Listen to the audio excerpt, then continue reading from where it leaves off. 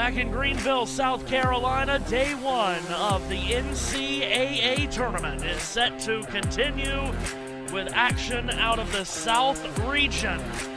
The number 6 seeded Tar Heels from the University of North Carolina out of Chapel Hill set to take on the champions of the Atlantic 10, the Rams of Virginia Commonwealth University. It is UNC and VCU for a spot into the second round. Earlier today in Greenville, two thrillers.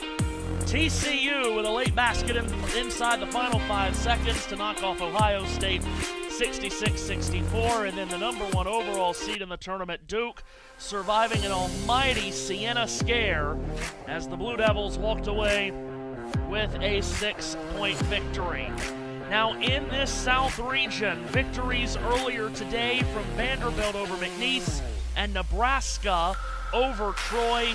Later tonight here in Greenville, we'll have Illinois taking on Penn. It's the winner of that game to play the winner of this one here on Saturday. Hello, one and all. I'm Matthew Owens. Back to Greensboro. We welcome you. Thanks for having us in for Game 3. Greenville. Yes, thank you.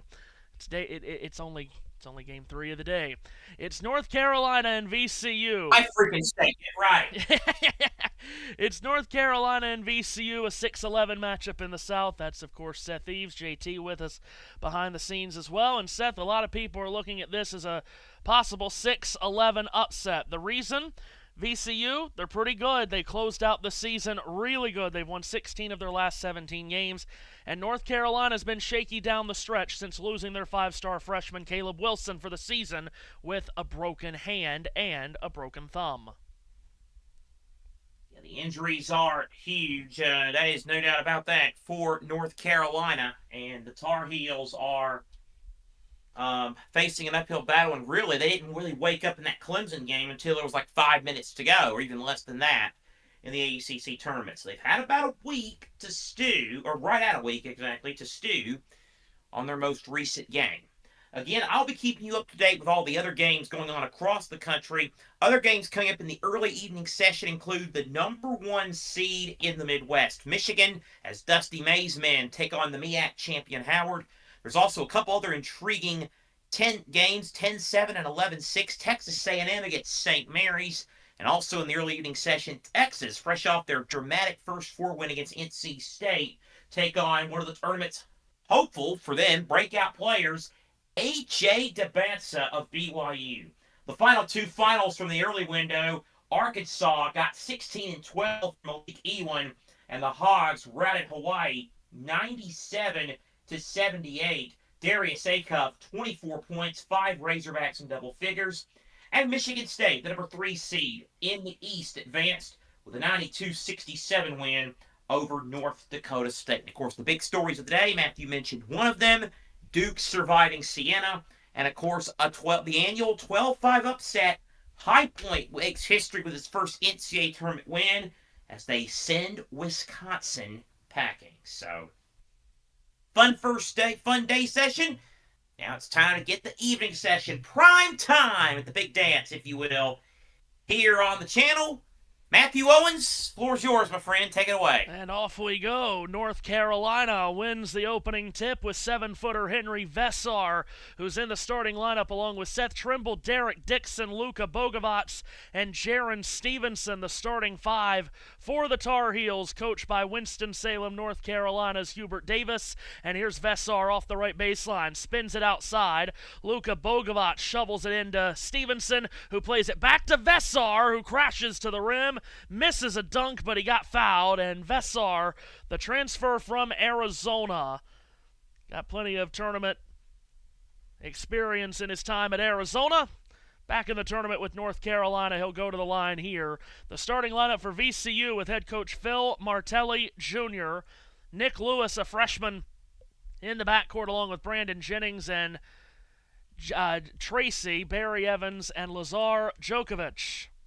The rest of the starting 5 for VCU. Vessar at the free throw line, hitting the first.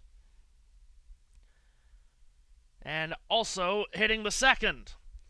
2-0 lead for North Carolina. VCU on offense for the first time. Atlantic 10 tournament champions. Brandon Jennings works his way inside, spins his way to the rim, lays it up. It clanked off the iron, no good, but Nick Lewis keeps the possession alive. Skips middle of the floor to the foul line, steps back, 17-foot jumper from straightaway misses, and the rebound down to Bogovac, a junior from Montenegro that played professionally overseas in the Adriatic Basketball Association.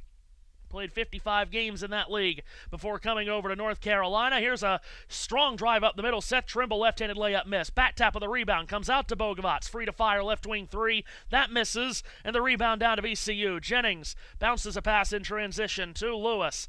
Back to Jennings, and then up top, it is Lazar Djokovic. Spoon-feeding Barry Evans. Outside right, wrapped back. Djokovic, a right wing three.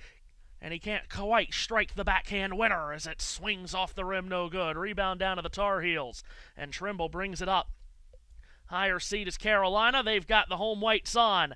Nearly a turnover as Stevenson now drives it between the pipes. To the rim he goes, and he lays it in plus a foul, and a chance at a three-point play to give North Carolina an early lead. So Stevenson with the free throw coming up. Djokovic called for the foul. Junior from Serbia that played one season at Xavier, then last season at College of Charleston, and now at VCU. As mentioned, VCU has won 16 of their last 17 games. As Stevenson makes the N1 free throw, 5-0 start. That includes a 6-game winning streak that they're in the middle of now. 3 wins in 3 days in the A10 tournament last week, beating Duquesne, St. Joseph's, and Dayton to claim the tournament title. Here's a three at the other end from VCU. Misses too strong. Rebound down to North Carolina, and here's Trimble. Wrapping it back to a trailing Vessar, who steps into a straight-on three. Off the heel it misses. Barry Evans batted the rebound into the hands of Nick Lewis, the freshman from Washington, D.C. Tough start for VCU on offense. They've missed their first 4. Lewis zigging and zagging, cutting his way to the right elbow. Back to the perimeter he goes. Gives it into the hands of Tracy. Sizes up Bogovac, and Tracy will launch a three over him, and that misses. Offensive rebound was taken underneath by Djokovic, who went back up, and he is fouled by Vessar. Of course, you've got the Eagles, Ian and Noah calling this game on national TV and radio respectively, and they know something about calling Djokovic's shots. And now here is Lazar at the free throw line, where he is 78% for the season, and his first one is good. We've got tennis people covered all over this game, which includes Lazar Djokovic. Look at us go. One more at the line for the first team all A-10er. And he hits his second free throw, goes 2 for 2 at the line. He has been really good in this winning stretch that VCU has been a part of, as it's dribbled into the front court by Derek Dixon for North Carolina. He's taken over the point guard duties middle portion of the season and beyond. Freshman from Vienna gets it in. Vessar back out, and now a repost for Vessar, who spins off the right lane line. Hooks it up, no. Rebound came right to the face of VCU's Brandon Jennings. Black uniforms, white numbers, gold trim for VCU. Jennings faked a drive, gave it to Djokovic. He will drive inside. Against Vessar he goes, and the Serbian gets the better of the Estonian as Djokovic banks it up and in. Here's Vessar, top of the arc, fakes a three, gives it up, drive up the middle. Dixon pull-up floater, misses too strong. Djokovic the rebound, and the outlet comes to Lewis, who hits the accelerator hard. Goes at Dixon, who got a step on him and commits a foul. VCU ended up second in the Atlantic 10 regular season standings behind St. Louis, who was the one that handed VCU their last loss back on February the 20th. They lost that game 88-75. North Carolina, meanwhile, 24-8 on the season. They ended up fourth in the ACC with a mark of 12-6 in conference play. They lost in the quarterfinals of the ACC tournament in Charlotte last week to Clemson. Inbound is looped to the top of the arc, taken there by Barry Evans of VCU. Left-handed hip-high dribble, slashes to his left behind the screen set by Terrence Hill. Looped inside, deep catch Djokovic, who turns away from Dixon, and Djokovic scores. First 5 to North Carolina, last 6 to Virginia Commonwealth, who, of course, went on that magical run to the Final Four in 2011. Here's Trimble leaping into the lane, stops, pivots left, bounces for Vessar, who turns with a hook shot, blocked from behind by Brandon Jennings, the sophomore from Richmond. Out of bounds, it'll stay with North Carolina. Tar Heels making their 55th NCAA tournament appearance. That's the second most all-time. And, of course, again, in the tournament under Hubert Davis in his 5th season as the bench boss of the Tar Heels. He's taken them to 3 Sweet 16s. Actually, 4 Sweet 16s. 3 Sweet 16 exits and a trip to the national championship game. They reverse the call on the floor. They've given it to VCU, and Djokovic with a lob. Deep catch towards the rim by Barry Evans. He lays it in, and it's an 8-0 VCU run. Back the other way is Dixon for North Carolina. Up top, Stevenson drifts left. Back for Dixon it goes. Outside left on the wing. Hooks it back to Stevenson, the transfer from Alabama. Around the horn, they work it to Bogovac. Right arc three misses short. Rebound taken by Michael Bell, the junior from London. And he shoots it forward in transition. And now it's back to Hill as a trailer, and he takes a very long three that misses everything on its way out of bounds. It'll belong to Carolina, and we get our first media timeout of the night at 15:36 to go in the first half. North Carolina went up 5-0. VCU's outscored them 8-0 since. An 8-5 game. Early in this one, the 6-11 in the South as we're underway in the evening session in the Greenville pod. Now, you heard Seth earlier, and if you were with us earlier, he will be providing updates throughout the night, as of course we're on later tonight with Illinois and Penn in the last game of the day here from Greenville. So he'll be providing us updates. We'll also get JT's commentary as we do throughout. And games ongoing as we speak is just this one. The next tip is Michigan and Howard. That's in 10 minutes. Lonely over here. After the hour, yeah, it really is. It's strange to have just one game Howard, on. Michigan, keep going here. I'm lonely, a little bit bored here. Let's go. Howard and Michigan at 7:10. Then, of course, you heard Seth mention BYU and Texas at 7:25. I still don't have conference realignment in my head. I nearly called that an all Big 12 matchup, but it is not. And then yeah, not quite. That, it was for 1 year, but yeah, that game is in Portland between BYU and Texas, and then the fourth and final tip-off of this next set of games is in Oklahoma City in the Thunderdome, as it were, St. Mary's taking on Texas A&M, or as Mike Bagley called it earlier this morning, St. Mary's Catholic College of Christ.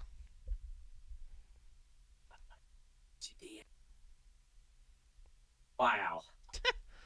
Mike Bagley does not follow college basketball, and he was voicing his concern earlier this morning about not being able to talk to anyone for 3 weeks because all they want to talk about is the tournament. Mike, get safely to Darlington this weekend. Start watching college basketball, one or the other. I mean, come on, let's go. Always enough room on this bandwagon of this crazy sport. Now, here's one for you, JT, who's watching Baller League. Is it Baller League America? Baller League USA? Baller League USA. Turned that off. Oh, he's turned it off. He's not happy with it. I have turned it off to the fact that I have no spare screens, and my screen that has Discord on has backup TV pictures because for some reason my TV likes to buffer now and then. So I have 2 TV pictures of the same thing synced at the exact same time on 2 different monitors on 2 different devices because the TV DAZN app is unreliable. Rant over. Well, I hope everyone got all that. He's not pleased. He's not pleased. But what do you think, JT, about having a matchup with so many letters? UNC and VCU. I'd like to buy a vowel. We'll get to that on the next Deadpool. Back to the game. Back to you in the tower.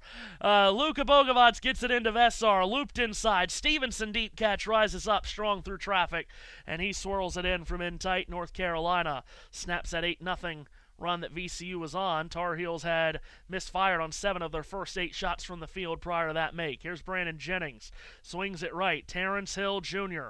cuts it back into the lane. Djokovic pushes it up with the right hand and bounces it in. Djokovic off to a really good start here. He's got 8 of VCU's first 10. Derek Dixon, the freshman point guard, as I mentioned, for North Carolina, feeds it left. Bogovac, Vessar sets a screen. Bogovac drives in, shovels it off. Stevenson underneath the basket. Reverse layup was blocked, but Vessar recovers it and pounds it down with a putback dunk.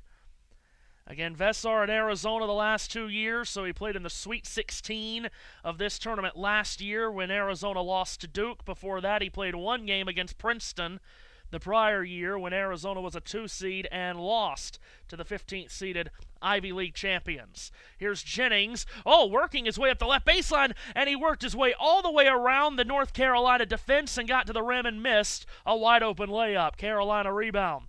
Trimble trying to test the right baseline. Djokovic shut him off. Back out to Dixon, outside right, swings it wing to wing. This way Bogovac, looping pass, met off the left elbow Vessar. Taken back outside near the March Madness logo. Dixon cuts in left, kicks it out. Trimble out of the right corner. Fake to drive, steps back with a 3, misfires there. The rebound down to VCU, and we've got a foul. And that missed 3 by Seth Trimble is becoming a theme for Trimble in this North Carolina team. Here's one, Seth. I want you to tell me if you are shocked by this or not. Seth Trimble hit a 3 basically at the buzzer to beat Duke in a game a little more than a month ago, about 6 weeks ago. Hit that 3 at the buzzer to beat Duke. Since then, and not including that last miss, he's missed 18 of his next 21 threes, and he just missed that one too. Stunning, I know. North Carolina gets a steal at the other end of the floor. That last foul was on Stevenson, his second. Stevenson goes to the bench after picking up that second foul, and here's a nice pass inside by Trimble, and it finds Zayden High. Sophomore out of San Antonio bobbles the ball, but lays it in anyhow, and High gets his first basket. He averages under 4 points a game. North Carolina with an 11-10 lead.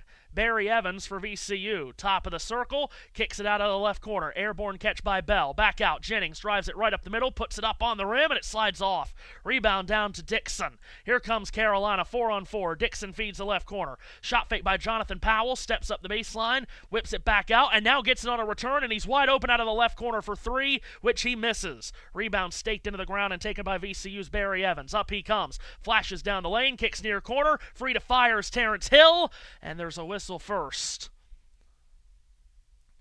Terrence Hill, what a story he is. Voted most improved player and 6th man of the year in the Atlantic 10. And the reason he got those 2 awards is actually quite obvious.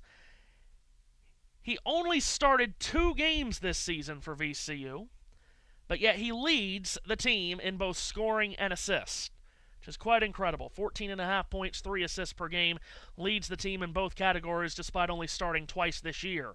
Inbound near right corner. Hill gets it to the elbow. Bumping inside, and Michael Bell gets it, drives past High in from the left, and got to the rim with a hesitation, hooked it up over the shoulder, and missed. Rebound down to the Tar Heels. Up comes Dixon, make that, I beg your pardon. No, it was Dixon, thank you. Getting it inside for High, who finds a whirling dervish hook shot in the middle of the lane, and it's 13-10. Here's VCU the other direction. Stop and got update for you. Very good. Time update. Very good. That ball bobbled on the far wing by Tracy, nearly lost it, but finally it works into the left corner, and Brandon Jennings rips the cords with a 3 out of the corner pocket, and we're tied at 13. So all square, 8 minutes in, and here's Dixon again, bringing the ball into the front court for North Carolina. Takes a high screen from High. That's interesting. Fed off to the left wing. Open look at a 3 here. Powell misses, and it's all VCU black and gold for the rebound. And up they come with Hill. Hill outside right. Flashes his way to the rim. Softly off the glass. No, the follow doesn't go either. And North Carolina's back the other direction. Trimble right down the middle of the lane. Flips it up left-handed. Glass and rim miss, but he draws a foul. And that'll lead to a timeout on the floor with 11.5 to go in this first half, and the pace is quick to start this one between the Rams and the team that has a ram as their mascot, but they're called the Tar Heels. Seth? So, I remember a minute ago we was talking about how I was bored and everything else. And lonely, well, it's going to be that way. Tip time update. Howard and Michigan is your next tip-off. That will not be until 7:30. Oh, what happened? 7:30, the tip time for Howard, Michigan. A&M, St. Mary's, Texas, BYU, 7:35 start times for those two games. So, we have it all to ourselves for a little bit longer, my friend. Wow. By the way, the Nate Burleson experiment's going well already. He said they cut to him after the end of the Hawaii-Arkansas game and said, guys, we just had a good one here. Hawaii fought hard. Well, Nate, it wasn't a good one. Arkansas won 97-79. That's, I don't know if they, I don't know where he went to college. Nevada. I don't know if they taught you basic math at Nevada, but that's 18 points. In basketball terms, that's not a good game. And if you actually watched it, it was not a good game. Arkansas had it from Jump Street. Yeah, wasn't it like he didn't hit a cheesy note. Then when CBS cut to him, he said, I am not Ernie Johnson. He has already advanced to the Final Four. That was good. Actually, it was kind of funny. Yeah, that was good.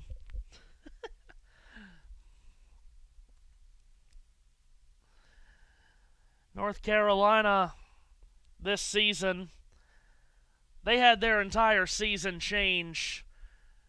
Really, a couple of months ago when Caleb Wilson broke a bone in his left hand in the game against Miami. He then missed 6 games. They went 5-1 in those 6 games, but it was always expected that they would get Wilson back. And there was a possibility that he might be back for their regular season finale against Duke, but a day before that game, it was announced that he had broke his thumb in practice.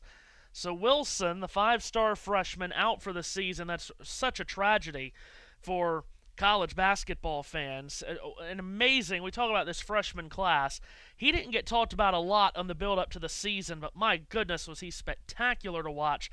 20 points, 9.5 rebounds a game, along with just under 3 assists. He was amazing to watch, and unfortunately they're without Caleb Wilson's services for the rest of the season, and this is a team that has certainly shown that they have missed their best player to end the regular season and start the postseason. They lost at Cameron Indoor Stadium to Duke in the regular season finale by 15. Then they lost in their first game at the ACC tournament, a quarterfinal game against Clemson, where they were down basically the whole game, then roared back late to make it a competitive score, but lost that game 80-79. Hubert Davis's team this season, one thing that they do excel at is not committing turnovers, but they also don't create many turnovers either, as they're at the free throw line here, out of the timeout, and Seth Trimble misses. They commit less than 10 turnovers a game. I'm struggling getting my words out, third game of the day. They commit less than 10 turnovers a game, but they also force less than 10 a game, as Trimble makes the second. He goes 1 out of 2. In fact, 9.4 turnovers forced per game for North Carolina, ranked 351st in the country. VCU on the ball. Tyrell Ward just into the game. Flips it into the right corner for Lewis. Back to Ward up top. He'll drive his way in. Play it back to hanging out on the wing Hill. Then Nick Lewis, top of the arc, dribbles along his left for to shoot. Spins inside. Pretty move to get by Jaden Young just into the game. And Lewis lays it in. VCU has the lead at 15-14. Rookie of the Year in the A-10. They had the A-10 Newcomer of the Year and Rookie of the Year. And a turnover by Carolina at the other end as Dixon had it knocked out of his grasp and he loses it out of bounds. Talk about how North Carolina doesn't turn the ball over, and then they turn the ball over. VCU will have it again. White numbers on the black uniforms tonight for VCU in gold trim. And here's Lewis stepping to the top of the circle, feeding it out on the wing. Three is launched, and it clatters off. Vessar with the rebound. Quick outlet. Trimble hits the accelerator, cuts it out on the left wing, and an open look at a three is knocked down by Derek Dixon, the Gatorade Player of the Year in 2025 from Washington, D.C. Djokovic for VCU, standing off left wing, handoff Hill. Djokovic sets a screen. Hill works his way into the lane, then across the lane for Djokovic. He goes into the chest of Vessar. Vessar covers him up. It's thrown back outside, off right arc. Ward's three misses. Flying in for an offensive rebound was Tracy, who then guided it onto the left corner where Hill was open, and he splashes down a three. And back and forth we go. Here are the first 10 minutes. It's 18-17. VCU. Derek Dixon into the front court to our left for North Carolina. Standing on the March Madness logo and hopping to his left. Lewis defends. A bounce pass comes to Jaden Young. Jaden Young, top of the arc, shimmies and shakes his way to the elbow. Plays catch with Vessar, who sets a screen. Now it's Trimble with it, and Trimble tried to pass it off into the corner and got reached in on, I think, by Tracy, who's called for the foul. A NASCAR on TNT promotion currently being led by Iron Eagle.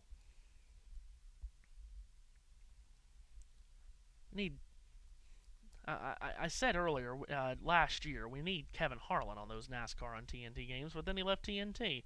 Off the inbounds play, Luka Bogovac gets free. Mid-range jumper rattles in, left of the lane for Bogovac. And another lead change. We've had plenty of them here in the first 10.5 minutes. Djokovic gets into the paint, then curls it back outside. Hill is defended by Dixon. Hill threads it back. Djokovic, top of the arc, fakes a three. Drives the closeout from Vessar, and again VCU gets right to the rim but misses a layup as Djokovic just too strong off the window. Vessar got the rebound, and in transition he hits a trailing Dixon, who buries a three off right arc. That's a big 5-point swing there. A miss by Djokovic right at the rim, and then Dixon with a three, and Djokovic is a bit shaken up, it seems, so a timeout is taken by VCU, and perhaps he's shaken up because he just got slapped across the face by Seth Trimble on that drive. Wow. So Djokovic off to the VCU bench. Play will restart with him on the bench for VCU. As on a blow-by, Trimble got him up high. Here's a near turnover on a pass intended for Tracy. It got deflected back to Evans where it came from. Evans then dribble handoff top of the arc. Hill takes a screen. Slashes left. Hill gets a paint touch. Oh, flips it up wildly off the glass. No. Rebound is fought for. VCU had it. Taking it away was Bell, but then he had it knocked out of his hands. Carolina's got a 2-on-1, and Trimble will keep it himself. Drive in from the right and lay it in off glass, and North Carolina's up by 6. Timeout VCU. Trimble with some transition points. This is not your classic North Carolina team that likes to get out and run whenever they can, but they certainly did there as they took advantage of the scramble, and Trimble gets the transition too. And it's a 6-point lead for North Carolina here at Bon Secours Wellness Arena in Greenville, South Carolina. What did I say earlier, Seth? When I did not say Greensboro. Did I say Greensboro? See, mentally I'm just in Greensboro. I'm there all the time as it is. So I guess mentally I'm just always in Greensboro. Oh dear. Still, I don't think anything will match. Welcome back to Darlington, Southern California. I don't think so. I mean, the other thing about that is that that's just a hell of a sequence.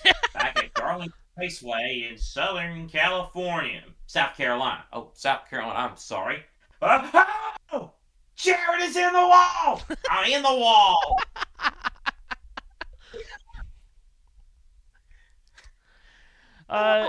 JT, from our last conversation, what do you think about this game with all the letters? Would you like to spin or solve, Pat?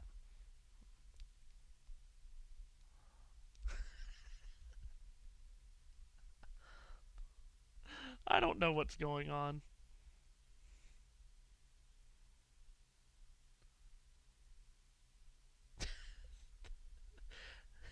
Anyway, JT's not talking to us.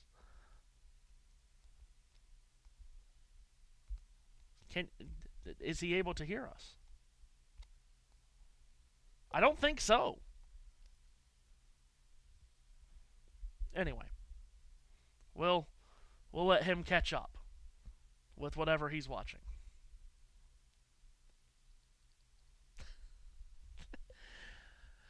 Seth, what'd you think about the start of this game?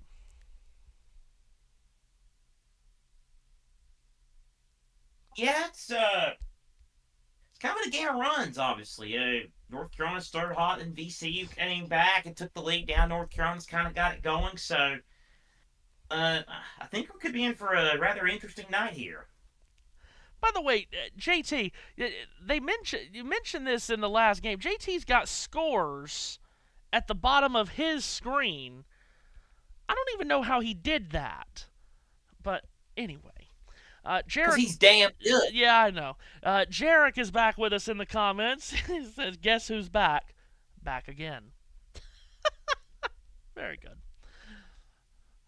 We're a little bit loopy after dinner time. I thought we'd get loopy in the last game of the night, but we're a little bit loopy coming out of dinner. I haven't had dinner yet. That's the thing. I haven't had dinner yet. That'll be coming soon. Yeah. Pizza's coming. VCU restarts play, bringing the ball up from left to right. Black uniforms, white number, and gold trim. Off right wing, Michael Bell dribbles along the arc from right to left, pulls the ball up, and then hands it off for Tracy. Tracy will drive at Vessar up left baseline. Shot clock down to 5. Tracy backpedals to the corner. He's got to put it up. He doesn't. He doesn't realize it. He got it into the paint to Jennings, twisting and turning, and he did not get a shot off in time, and VCU commits a 30-second violation. Third turnover forced by the North Carolina defense. As the Tar Heels from right to left, home white uniforms, powder blue numbers, dark blue trim, powder blue stripes on each side of the uniform. Up top, it's Kyan Evans just in the game for the first time. Got right elbow, tried to pin it back outside. He does for Trimble, who drives and kicks to the left corner. Open look at a 3, Jonathan Powell. Comes up short. Vessar touched the ball out of bounds last. He was going for the rebound with Evans. It's out of bounds to VCU.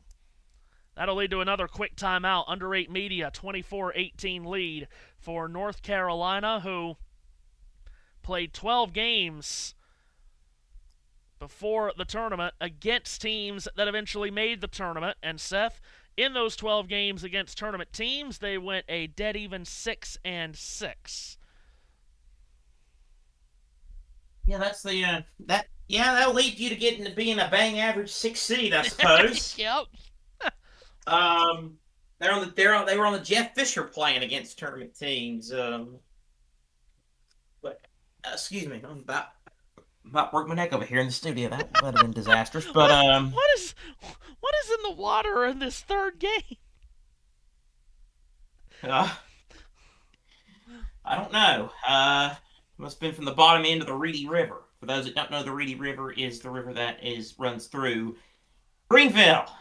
I would know about my Greenville geography. He would. He would. It's only about 45 minutes from my house. God Almighty, I better know. I've been in that arena multiple times. Collins Janis is not, we learn. Or did he say once? He said once. Oh, he said once. He said once. You have not been. Yeah, I have not. And at this rate, I'm not looking to get there anytime soon. My best Mad Dog impression, you did not. You did not. You have not. He went off on the bracket yesterday. Oh, my Lord. Yeah, he did. He did. And you know, good on him, because this bracket sucks. Hello, JT. What did I come back into? Nothing. Well, no, we've been trying to get you during the last break. There was no communication. He did send me a message about that. He was talking behind the scenes, and this time he had his mic muted as he did it. Good I'm telling you. Another will be last week when he ran when he was doing the freaking sprint race while also. Yeah. doing the ACC tournament and the F1 sprint. Yeah, that's because that's a that's a combination Yeah. that you get all the time. But once again, it has darkened up in that room just enough where JT again looks like the deal or no deal banker. Oh boy. What's your offer? Matthew, What's your offer, 4 JT? basketball games in one day. Deal or no deal? Is it $144,000 the offer? It is the privilege of being able to cover 4 basketball games in one day, back to back to back to back. Deal or no deal? Howie, I will have to say to that, deal. He's taking the deal, and this is the voice of the banker, by the way. Hello. If only you could give us some real money. The only way I'd turn that down is if he offered me $250. Oh God. Which, by the way, I don't know if you saw that show's come under negative light once again. Really? Yeah, we'll have to.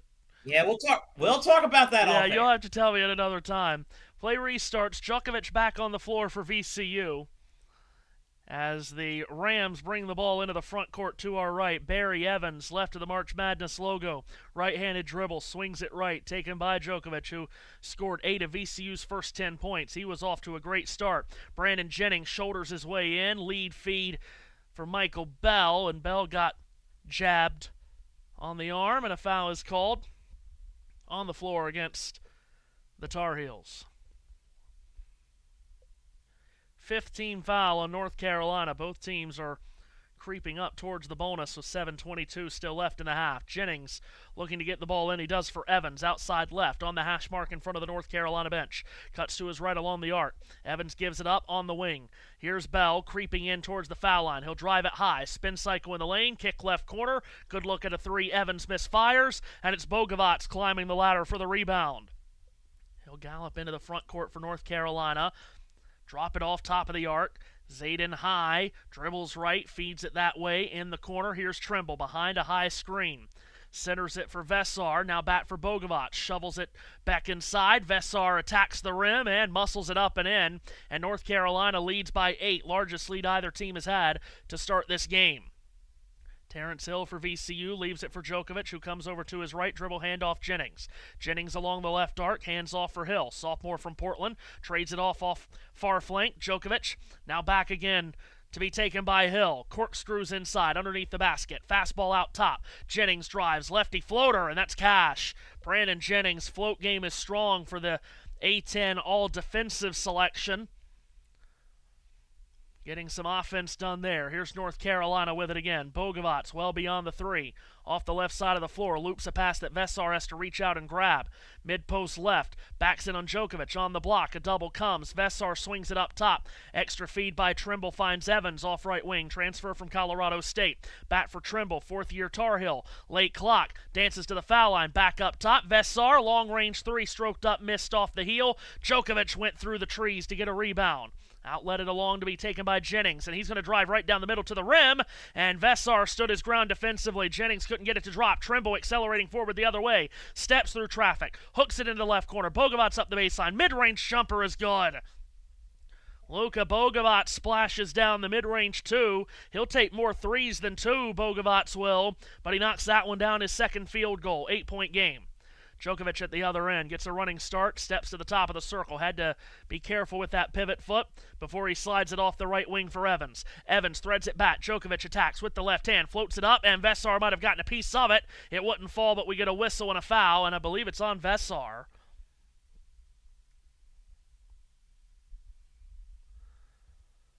Foul is on Henry Vesar from Estonia.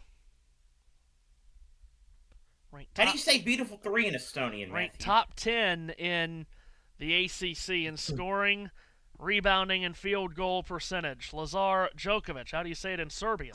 Missed a free throw. All right, Juan. One more to come Boogity, how do you say English? for Djokovic.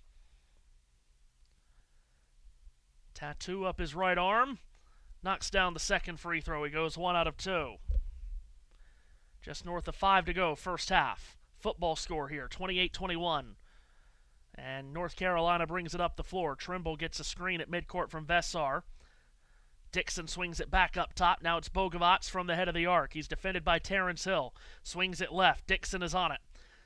Vessar sets a screen. Dixon behind it. Slashes left. Up for three. Missed it badly. Off the right side of the rim. And the rebound out of bounds off Vessar last. It will belong to VCU. 21st NCAA tournament appearance for Virginia Commonwealth University's Rams. 13-20 their record all time in tournament action. Shaka Smart was their head coach that led them to the NCAA tournament and the Final Four in 2011. They have not advanced to the second round of this tournament, however, since 2016. As mentioned off the top, they've won 6 straight games in 16 of their last 17. Officials corrected the initial call on the floor was that it was that it was VCU ball. They've just reversed that decision. Carolina will keep it. Inbounded Vessar, caught it, foul line extended off the right, dribbled back to the perimeter, gave it to Bogovac, whose fall-away jumper off the left baseline misses off the side of the orange rim to our left. Rebound down to VCU. Terrence Hill into the front court. They've missed 7 of their last 8 shots. Djokovic up top, jab step with the right at Vessar. Then another before he feeds it off to Bell. Michael Bell from London turns it over, and off the takeaway, flashing forward and leaping up for a two-handed dunk is Seth Trimble. Trimble gets the pick 2 as he dunks it down off of the VCU turnover, and now it's a 9-point lead for the white and blue team. VCU has it again. Hill climbs right, blocks, brings it back outside, lofted it out for Evans. Shot clock already down to single figures, and Evans loads up a 3. Hits it off the heel of the iron, no good. Vessar the rebound. Here comes Carolina again. VCU's offense letting them down here. Middle to late portions of this first half. Trimble off left wing. Sneaks his way to the foul line. Wants to get closer and does. Scoops it up. No! Vessar for an offensive rebound. Flushes in a two-handed dunk on the putback. And North Carolina's lead is up to double figures for the first time. Terrence Hill for VCU. Hits the accelerator underneath the basket. Comes back out on the left side. Whips it to Djokovic in the right corner. He catches, gathers, shoots a 3. That's off the front of the rim. They've missed 9 of their first 11 from three-point range, VCU. North Carolina ball again. And, oh boy, what in the world just happened? Dixon nearly lost it all on his own. He saved it from going out of bounds, and then he is bumped and fouled on the March Madness logo at midcourt from Nick Lewis. Final media timeout of the first half. You see the score. North Carolina. You can see the score. It's an 11-point lead for the Tar Heels. I'm not to JT Banker level dark, but I'm getting darker in this shot. So I, during this break, have to head off mic and turn on the overhead light. So I will hand you off to Seth as Michigan and Howard get set to tip off. There's nothing really to update there, so Seth, you have freedom to talk about whatever you want to, just don't make it stupid. Good luck with that, I know. I was just going to say, that's a scary proposition. Let me have free reign. But in all seriousness, live, also there's another live stream starting right now, that of the hockey variety, Seattle and Nashville. And we'll have NASCAR this weekend from the Darlington Raceway in South Carolina. Michigan and Howard just literally about to tip off in Buffalo. The Wolverines, of course, the #1 seed of the Midwest, the team many think can win the whole thing. We shall see. Of course, a Big Ten team has not won the title since the year 2000. And it did not take Michigan long. 8 seconds, they're on the board. It is a 2-0 lead for Michigan. So that one underway. BYU, Texas, and St. Mary's, Texas A&M. They will both get started at about 7:35. So very much looking forward to those games as the night session begins on the road to Indianapolis, this side of this year's men's Final Four. And oh, what a show it should be. And man, we're going to have some fun, I feel like, over the next few weeks. JT, of course, with hopefully for a decent amount of it. Just got some news though. I will not be with you for the will not be on the air for the afternoon games tomorrow from Philadelphia, but should be back home for the night session. So that will be interesting. So you'll have me for UCLA, UCF, and UConn Furman, which means the world has been robbed of Seth's live reaction to a Tennessee game on this channel after we've had plenty of live Matthew reactions to Duke games on this channel. Are you telling me? Did we have some today? Yes, JT. Are you telling me that tomorrow afternoon I will have to have tons of scoreboards up to do reporting on games because you're not here? I mean, Matthew can do them if you don't want to. I mean, if you don't have to, but... By the way, I only... Yes, it's possible. Wait, this was not by choice either. This was a last-minute work call. By the way, I only caught the last part of that comment, and I would like to remind everyone that we root for no one, we root for stories. That's right. That's right, yeah. So, sorry, I broke through the fifth wall. Hey, how about the Martelli family, Matthew?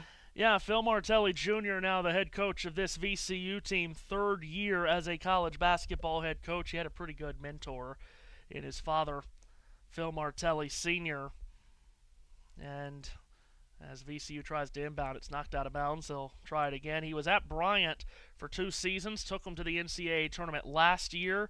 Now in his first year at VCU, 70-32 his record as a head coach through just about 3 full seasons.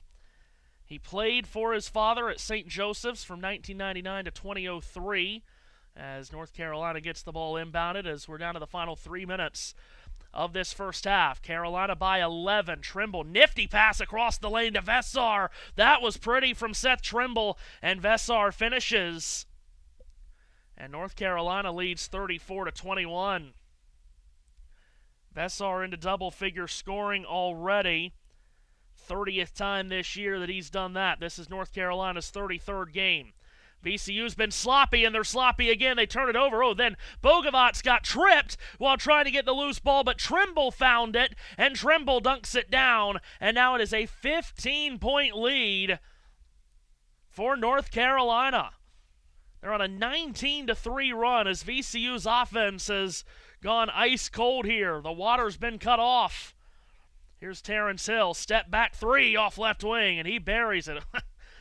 He only had 3 points in the last handful of minutes. I don't know if that was great shot selection, but it went down, and just the third 3 of the first half. 2 to go in the half. Margin is 12. Dixon guides a bounce pass left side of the floor. On the wing, it's Bogovats. Tried to get it into Vessar. Djokovic trying to deny that. He does. Bogovats instead swings it up top to Jonathan Powell. Back for Bogovats again. Vessar a screen. Bogovats turns the corner. Down the lane. Kick out Powell. Late clock. Bounce pass inside. Bogovats turns, and the hook shot was blocked by a flying Barry Evans. VCU's got it going the other way. Nick Lewis hits the brakes in the left corner. Then he does a U-turn. Drives. Cut off by Dixon. Flashback to the perimeter.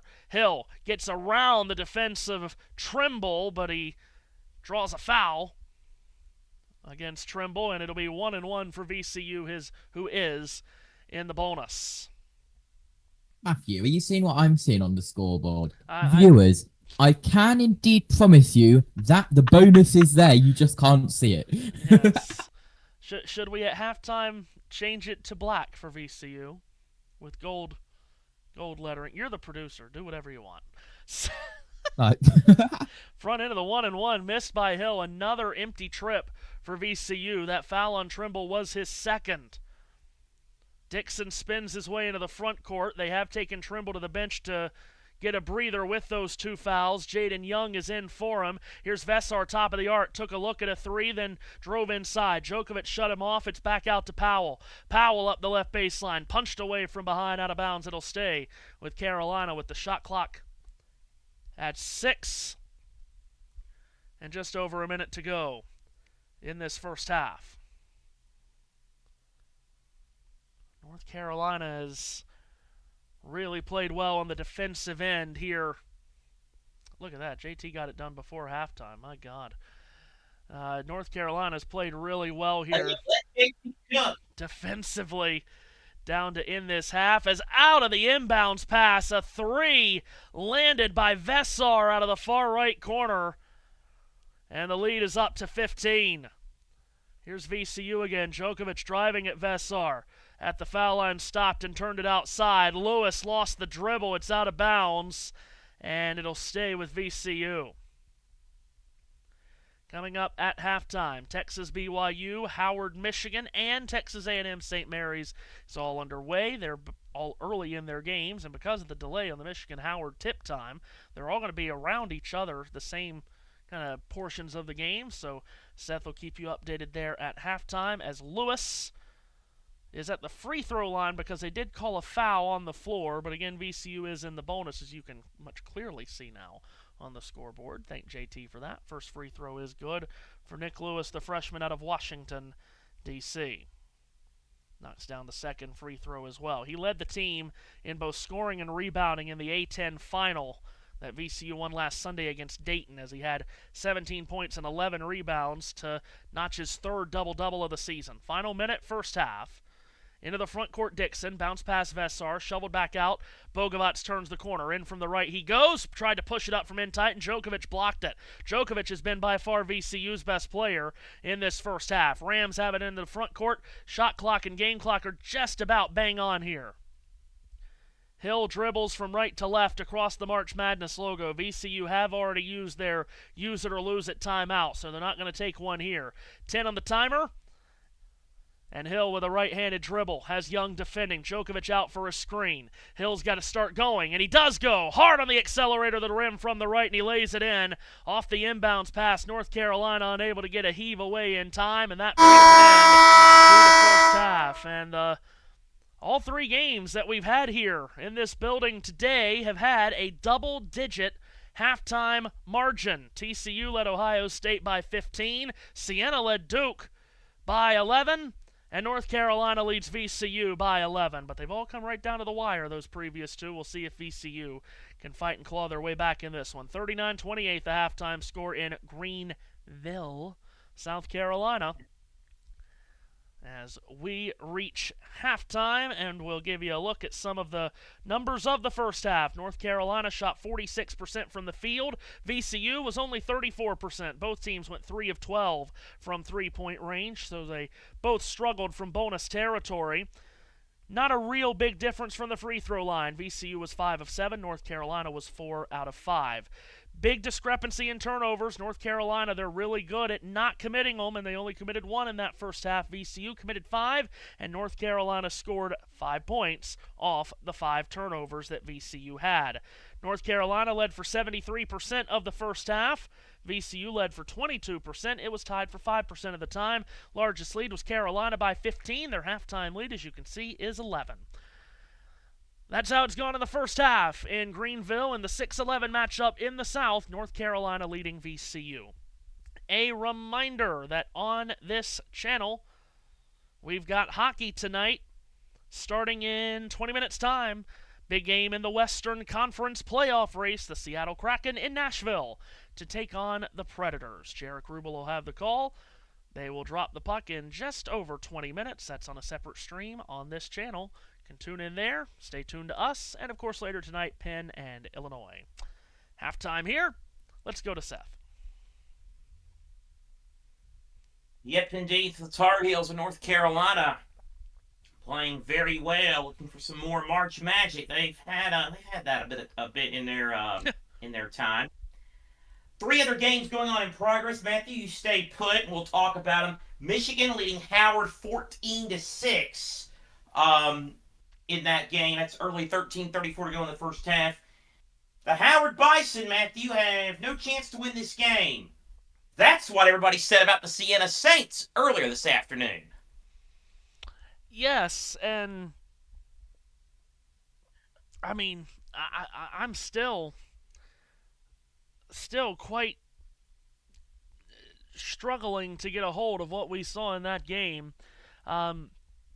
Siena, who only played 6 players in their MAAC tournament final, a game in which they upset the number 1 seed Merrimack, didn't even play that many today. All 5 starters played every minute of that game. They shot 55% from the field against that daunting Duke defense in the first half, and then in the second half, they shot 21%, the worst percentage that they shot from the field in any half at any time this season. Siena led by double digits at the half. Duke was able to come back and escape with a 6-point victory. I mean, I don't know. You take your pick on what you want to come away from this game being. Did Siena just have a generational first 25 minutes? Or is Duke really struggling with the injuries? I think you can say it was a little bit of both. One thing for sure. Duke, who is a lot of people's pick to win this championship because of how talented they are and how great they've been all year, the injuries to this team has changed this team. And Seth, if they play like that Saturday, TCU will knock them out. So, anyway, Michigan 14-6 on how it was supposed to be more of a Michigan comment, but it went into a Duke soliloquy. But but yes, you're right. Everybody said Siena can't beat Duke. Everyone's saying that Howard can't beat Michigan. Really, when you look at the two rosters side by side, Michigan has far too much size for Howard. But we said the same thing about FDU going up against Purdue, didn't we? And what was the stat you gave me about how awful St. Peter's was in rebounding against Kentucky and Chile? Yeah, right. So it's not all the time size. Size does not always decide these games. You get these games like 1-16s, 2 and 15s. Huge size discrepancy here. But there are times where the smaller team can play small ball and create an upset. But Howard, obviously, uphill battle. Let's talk about Texas and Brigham Young. Texas has a 15-12 lead with 14:56 to play in the first half. BYU inconsistent all year, but when A.J. Debonsa is on, oh my Lord. Yeah, Debonsa, part of this, what some people are calling the greatest freshman class we've ever seen, and honestly, I don't totally disagree. Debonsa may be the best of them. It's really hard to pick and choose between Debonsa and Cameron Boozer and Caleb Wilson and Darren Peterson when he's on the floor. It's really hard to say who's the best, but Debonsa, perhaps he's the most explosive. I mean, the Big 12 tournament run that he went on last week, Seth, I mean, what can you say about what he did in those 3 games in Kansas City? He averaged 31 a game, scored 40 in one of them. Debonsa's electric, but we know BYU's been up and down. But those are the dangerous teams in this tournament, right, Seth? Because it is a one-and-done tournament where you don't have to be consistent across 5 or 7 games to win a series. If you have a high ceiling, which they do, they can do damage. The Richie Saunders injury has at times crippled this team, but they've had a long time to get used to playing without him, right? So I look at BYU as a team, obviously they can lose at any point because of how we've seen them do that this year, but they can also go on a run just because of how high their ceiling is, and that ceiling is mostly lifted by Debonsa. Indeed, that is the case. St. Mary's, Texas A&M, Matis Juzenis, the leading scorer, Paulus Morauskas, the leading scorer for St. Mary's, did not start this game. Under the weather, he is available to play, and the Aggies have raced out to a 9-5 lead with 14:37 to play in the opening half. This is your stereotypical 7-10 coin flip, isn't it? Not only a stereotypical coin flip between a 7 and 10, there's always a couple of those 7-10s or 8-9s that you look at and say, holy rock fight, Batman. I feel like this could be that, and then be one up tomorrow by Iowa Clemson, 1-42. Indeed. Matthew? So, JT, Care to look at Twitter and see how far I read the clock from on a camera angle? my God. He's also, your tradition is intact. We'll get to that after we run through some of these other scores. But yes, we have a tradition that is intact, Seth. But carry on. Oh God. All right. I'm almost scared to know what that is. I don't give a damn about JT running my damn halftime. But anyway, first Victor Newman reference comes in the third game at halftime, so that probably lost some bets. Any quick thoughts on the late night games tonight? The late session will have Penn, Illinois. Also in that late window, St. Louis, Georgia, Kennesaw State, Gonzaga, and Idaho, Houston. You know, we don't root for anyone on this network, and we stand by saying that. Illinois and Penn tonight, I root for one thing. Please, Fran McCaffrey, please give us what America wants, which is minutes on the floor for Michelangelo Oberti tonight. Please. I thought you were saying give us a Fran McCaffrey moment where he and Brad Underwood come to blows. We need Michelangelo Oberti to play some amount of minutes in this game. And that Bill Walton cut of Michelangelo. We thank you on this day and every day. If they did a game on the anniversary of his death or something. Thank you every day. You know, we celebrate Michelangelo. But That's that Illinois Penn game, that's the all-syllable game between Michelangelo Oberti and Nicholas Polanowski and Andrei Stojakovic and Tomislav Ivicic and Mihailo Petrovic and Zvonimir Ivicic. We'll get through all. Those are like vocal exercises. And a partridge in a pear tree. Yeah. I JT takes a well-deserved swig of something. I cannot wait to see St. Louis, Georgia. When the bracket came out, my eyes gravitated right to that. St. Louis and Georgia is going to be rock'em sock'em robot kind of game. Obviously, you got two huge favorites in Gonzaga and Houston against Kennesaw State and Idaho, respectively.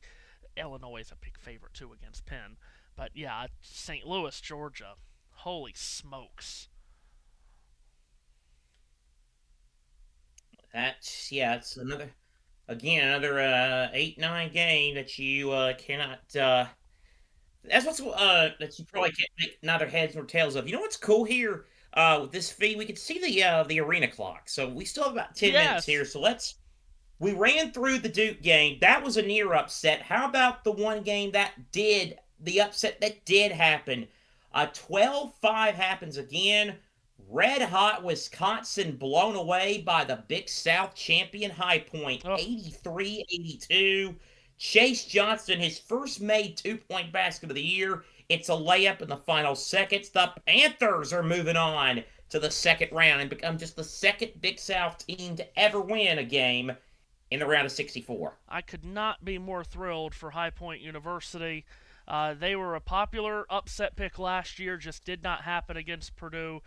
They weren't a popular upset pick this year, I didn't feel. Not because they weren't good, just because Wisconsin was really good, red hot, plus, High Point going cross-country to Portland. But what a victory for that High Point program that has really been so consistent for the last couple of years. And I mean that with their men and women's programs. Thrilled for them. The city of High Point gets mentioned on this channel a lot. I didn't know if you knew that.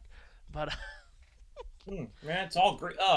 All Greek to me. But thrilled for them. It's now on the opposite end of that spectrum, Seth. That's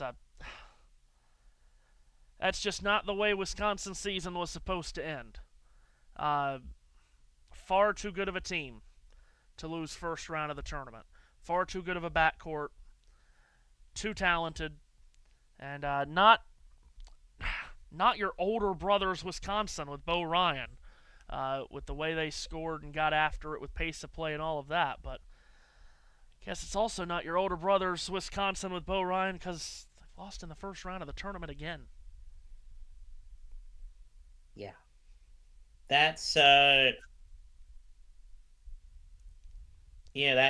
wild. Next up for High Point, they'll try to slow down the Darius Acuff Express. Arkansas's freshman phenom, 21. Oh no, that's the wrong score there, you dummy. 24 points and 7 assists. Hogs rout Hawaii 97-78. Yeah, we talked about how Wisconsin was red hot coming into the tournament. Arkansas is as well. Darius Acuff a huge part of that. So many people the last, 10 days. Oh my goodness, he's a top 5 pick. First off, who cares right now? Secondly, That's where I'm at. you would have known that 2-3 months ago if you thought about watching. But Arkansas is. If you didn't watch his performance, I know they lost, but if you didn't watch his performance at Alabama, I feel sorry for you. Yeah, Arkansas is really good. High Point's gonna. I mean, we talked. The reason High Point wasn't a huge pick for this game today is because it said they're going to struggle to, guard Wisconsin's guards. Well, they might struggle to guard Arkansas's guards too, but you never know. Hogs move on. We mentioned Duke earlier. The Blue Devils will play TCU in the second round. What a way to get the day started. Xavier Edmonds, the hero for the Horned Frogs. 4.3 seconds left. His layup sends Ohio State packing 66-64. And the off the line, at least on some ends, Jamie Dixon gets him a tournament win with the Frogs. Yeah, and what a grinded out kind of game down late for TCU, who was in full control at halftime. I mean, they had to have been watching Duke today and think, wow, we really got to look at getting to the Sweet 16, which I don't have my TCU board out anymore. They haven't been to a Sweet 16 in a long, long time. But yeah, what a game to start the day that was. Have they ever been? They've been, but it's got to be at least 40 years. Here we go. It's been a minute. Let me see. Let me see if I can find it here. Keep going. I'll find it at some point. Well, so here it is. They made an Elite Eight in 1968. That was, of course, before expansion. Okay, I got you. So I figured it'd be a while. So TCU, it had been a minute since they had been in the Elite Eight. It had been a minute, as in never, with Nebraska's CAA tournament win drought. That streak is over. Nebraska blew out the Sun Belt champs Troy 76-47. What a performance today by Fred Hoiberg's team in OKC. Close for about maybe 6 minutes, then Nebraska turned on the afterburners and looked more like the team that went the first 2 months of the season without losing a game. Yeah, there were some sputtering moments down the stretch of their season, too, with that blowout loss to UCLA. Weren't very competitive in the Big Ten tournament loss that they had to Purdue. But this has been a really strong, well-coached, well-executing team all season long. Good for them to finally get a tournament win. And as I said towards the end of our Duke-Siena broadcast, one of the more random Power Conference second-round games of all time. No disrespect, because these are two good teams.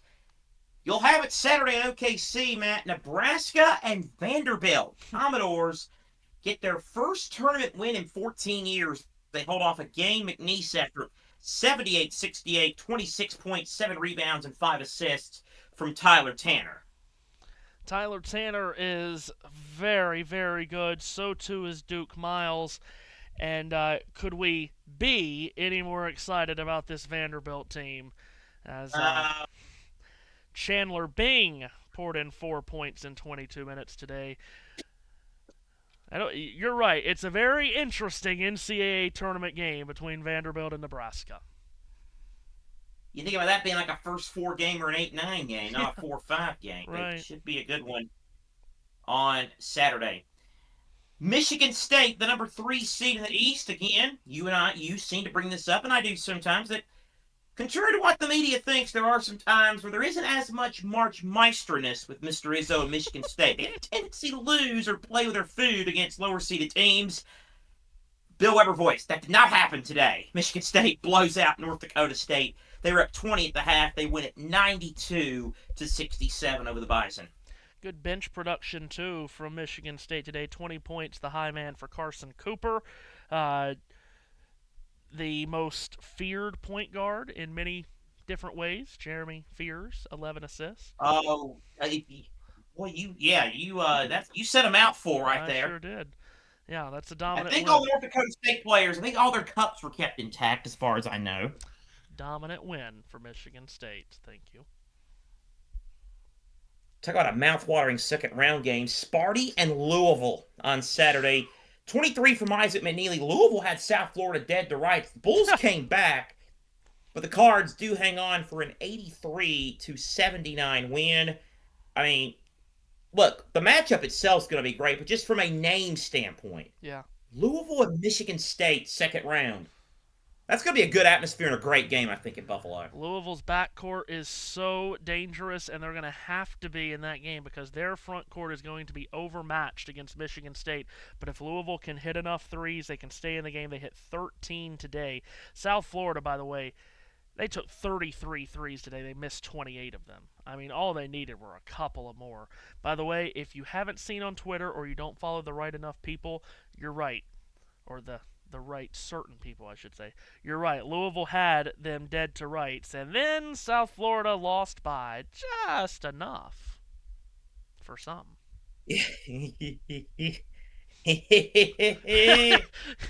Oh, yes. Thank you, Mr. Trainer. Thank you. He had a great tweet saying, "I know High Point was there, but really this is the story that garners attention." And if you're a Louisville fan, by the way, that's going on Twitter and going at Scott Van Pelt, could you please take a breath and shut up? You won. Enjoy it. Go to Saturday. Who said that? I'm sorry. Just Louisville fans going after Scott Van Pelt. What are we doing? For what purpose? He said last week, before a bracket was even out, he said after the American final, he said whoever gets South Florida in their bracket better buckle up. And all the Louisville fans just going after him for that comment today. Oh, God. You know, people on Twitter, you know, Twitter is a special cesspool of a place. Like, carry on. I think that covers all the games, all the finals. So, so I'm going to step aside for a brief minute because I think the pizza man just called, delivered. So I'm not going anywhere too far. I'm going to eat my dinner, but so I leave you in the capable hands of Matthew Owens and JT, Josh, the GOAT, the man, the machine, Tana. JT, did they have Wheel of Fortune over there in UK?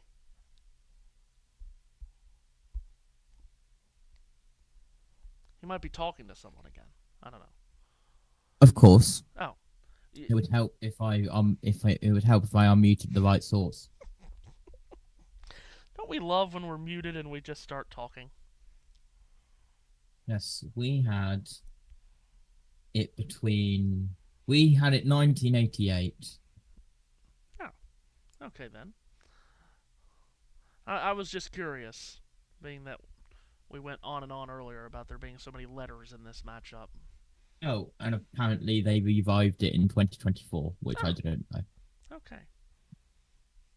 Yeah.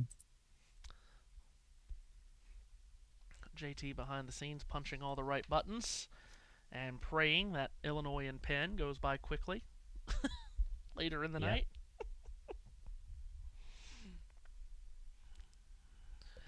So, getting ready to start the second half here, we mentioned both of these teams struggled from three in the first half. Both teams, in fact, 3 of 12 from three-point range.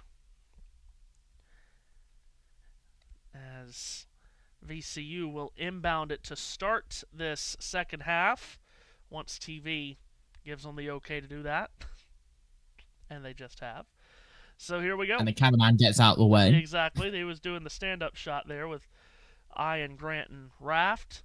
So off we go. VCU, they have not won a game this year when trailing at halftime. Happened on 5 occasions. They were 0-5 in such games, 5 of their 7 losses for the season.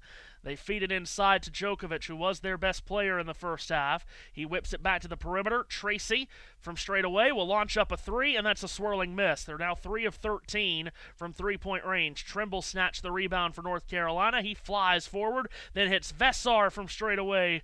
He'll line up a 3 that clatters off the cup, no good. Rebound down to the Rams, and VCU has it going the other way again. Drive down the middle, kick to the near corner. Djokovic is open for 3, and it misses again. Rebound Carolina. Jaron Stevenson, who missed a lot of that first half after getting into foul trouble in transition as it knocked away. It's out of bounds off VCU. It'll stay with North Carolina. Stevenson, the transfer from Alabama, As mentioned, he missed a lot of time in that first half after picking up his second foul. Inbound to Vesar. Foul line extended off the right. Backpedals to the perimeter. Hands off for Luka Bogovac. Vesar screens. Bogovac curls left elbow. Stops there with a fadeaway jumper. And he finds nothing but net on the 15-footer. And it's 41-28. Carolina by 13. Drive inside by Nick Lewis. Backpedals into the short corner on the right side. Now he'll put his head down. Drive and kick. Djokovic outside left. Dribbles along the arc. Brings it back middle of the floor. Hands off for Jennings. Jennings accelerates, climbs right, blocks, and his floater with the left hand glances off glass and goes down. 41-30, the lead for North Carolina. Tar Heels on offense in home white uniforms. Derek Dixon cuts to the left elbow. They blitz him with a double. He tried to deal it inside to Vesar, and he got his arm hit by Jennings. And Vesar will go to the line. Michigan and Howard, by the way, not getting out of control. As I'll give you an update with Seth stepping away. 4 minutes to go in the first half. It is a 6-point game. Michigan leading 37-31. So Howard just sticking around as Vesar at the free throw line. 7-footer knocks down the first one. He's a 62% free throw shooter. He's the high man for North Carolina so far with 14 points.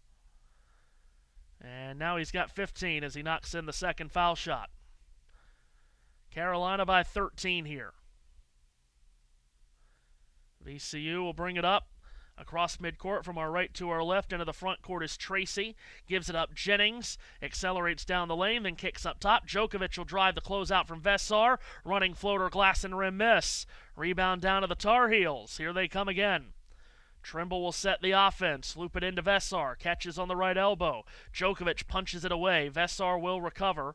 Feeds it on the wing for Dixon. Vesar screens. Dixon threads it. Vesar drives in, leans in, and banks it up and in, and he draws a foul as well. And Vesar's got a chance at a three-point play. When Henry Vesar is aggressive like this, there's not a lot you can do to stop him, which, I mean, he just leaned in and clattered into a body right there.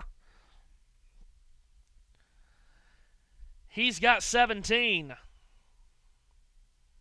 And a chance at a three-point play.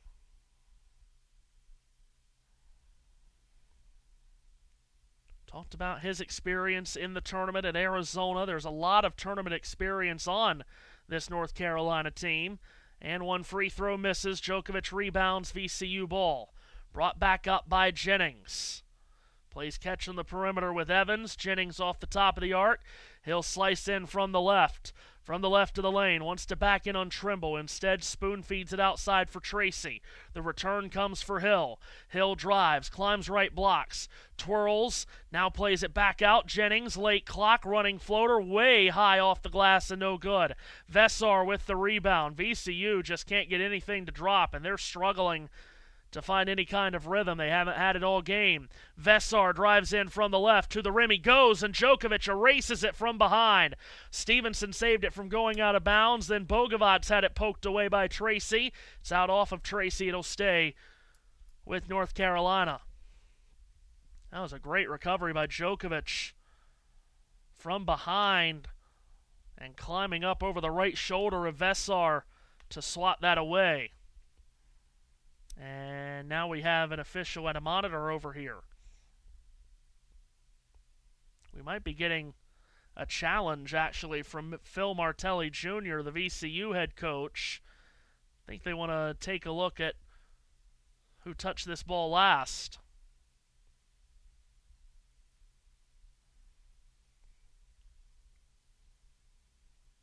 Trying to get confirmation on whether this is a challenge or not. It is an official review. Okay, so no challenge, just a review. Clarence Armstrong with Kellen Milliner and Paul Zelk, the officiating crew for this game tonight. Did hit the rim during the shot attempt, and the shot clock should have reset. Okay, We'll put the shot clock at 16. So that's what they were looking at. They were looking to see if the ball actually hit the rim, and the shot clock should have reset. So they say it did hit the rim. So shot clock should have reset to 20, and then it came down to 16 is where it would have been. And they've put that to where it needs to be, and North Carolina inbounds.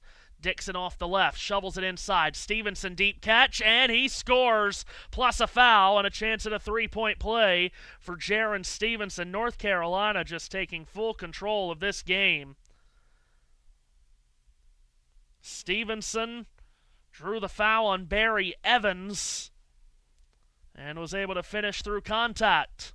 Largest lead of the night here for North Carolina at 17 points. Despite shooting just 3 of 14 from 3, they're shooting 46% from the field for the game. It's been a very effective night on the offensive end of the floor for this North Carolina team. And one free throw is down for Stevenson. Lead is 18. And VCU, very popular upset pick when the brackets came out on Sunday here. Really struggling just to hang on and be within arm's distance. Here's a spot-up three from straight away that goes down, plus a foul, and a chance at a 4-point play for Terrence Hill Jr., who was able to drain the three from straight away and also absorb the contact and a foul that goes against Luka Bogovac. Maybe a 4-point play will be something to spark the VCU offense that on the season shoots 46% from the field. Tonight they're at 35% as they are really underperforming here. 4-point play is completed as Hill, the sophomore from Portland, knocks in the free throw, brings the margin down to 14. Dixon dribbles it up for Carolina. Left-handed dribble, top of the arc. Drives left, comes back right, gives it to Bogovac. He got challenged by Hill. It's dumped back outside. Dixon has it again, winds his way along to the right, stops baseline, angled out to the perimeter. Bogovac feeds the left corner, open to three, and Trimble hits it. Trimble out of the corner pocket with a three-pointer, his first of the game for a guy that's been really struggling with his shot from distance down the stretch of this season. At the other end, Hill drives the lane, then slips it into the right corner, and VCU gets an open look at a three, and Brandon Jennings knocks it down. He's a 43% three-point shooter. At the other end, Stevenson ran the floor. Layup doesn't go. Fight for the rebound. There was a lot of arm fighting there, and they never blew a whistle on anyone. It rolls out towards midcourt where it's picked back up by Dixon for North Carolina. Reset of the offense for the Carolina Tar Heels, but Dixon's only got 8 to shoot. He pulls up with a right elbow jumper, and that misses. Off the rim and into the hands of Terrence Hill for Virginia Commonwealth, and he pulls with a transition three, and that clatters off. Vesar's got the rebound.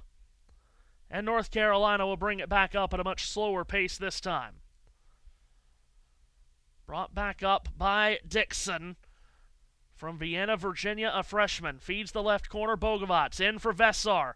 Vesar whips it into the right corner, and Dixon's open! And he splashes down a three. Great offense there, and a perfect pass into the corner from Vesar. And Dixon gets the three, and then at the other end, Trimble gets a steal. Trimble going right to the rim, lays it in. And VCU needs a timeout. This is turning into a disaster for Phil Martelli Jr.'s club. North Carolina extends their lead to 19. Every which way possible, North Carolina is outplaying VCU. 5 minutes into the second half, the margin at 19 points here. And I don't think many of us expected this sloppy of a game from VCU. 6 turnovers now committed by the Rams. And North Carolina, their best attribute all season has been they keep it clean. They don't turn it over, and they've still only committed 1 turnover in the first 25 minutes of this game. Here's a question for you, JT. So this is, of course, you were with us for conference tournaments last week where games were thick and fast and all over the place. But I want to ask you about this day. How have you felt about this day with all of these games just going on simultaneously in all these different places and all the drama? Have you enjoyed it? been busy. It's been very busy.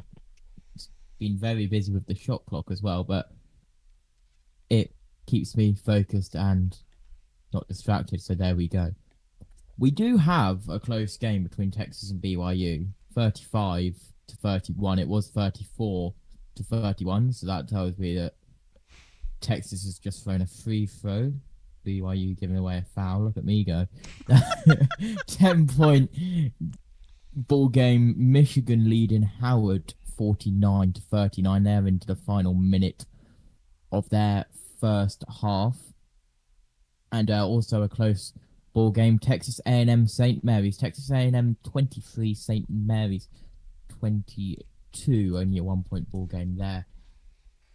In the South region, of course, this game also in the South region, VCU at North Carolina. And then we've got Midwest region with Howard, Michigan, and West region with Texas BYU coming up in 12 minutes time.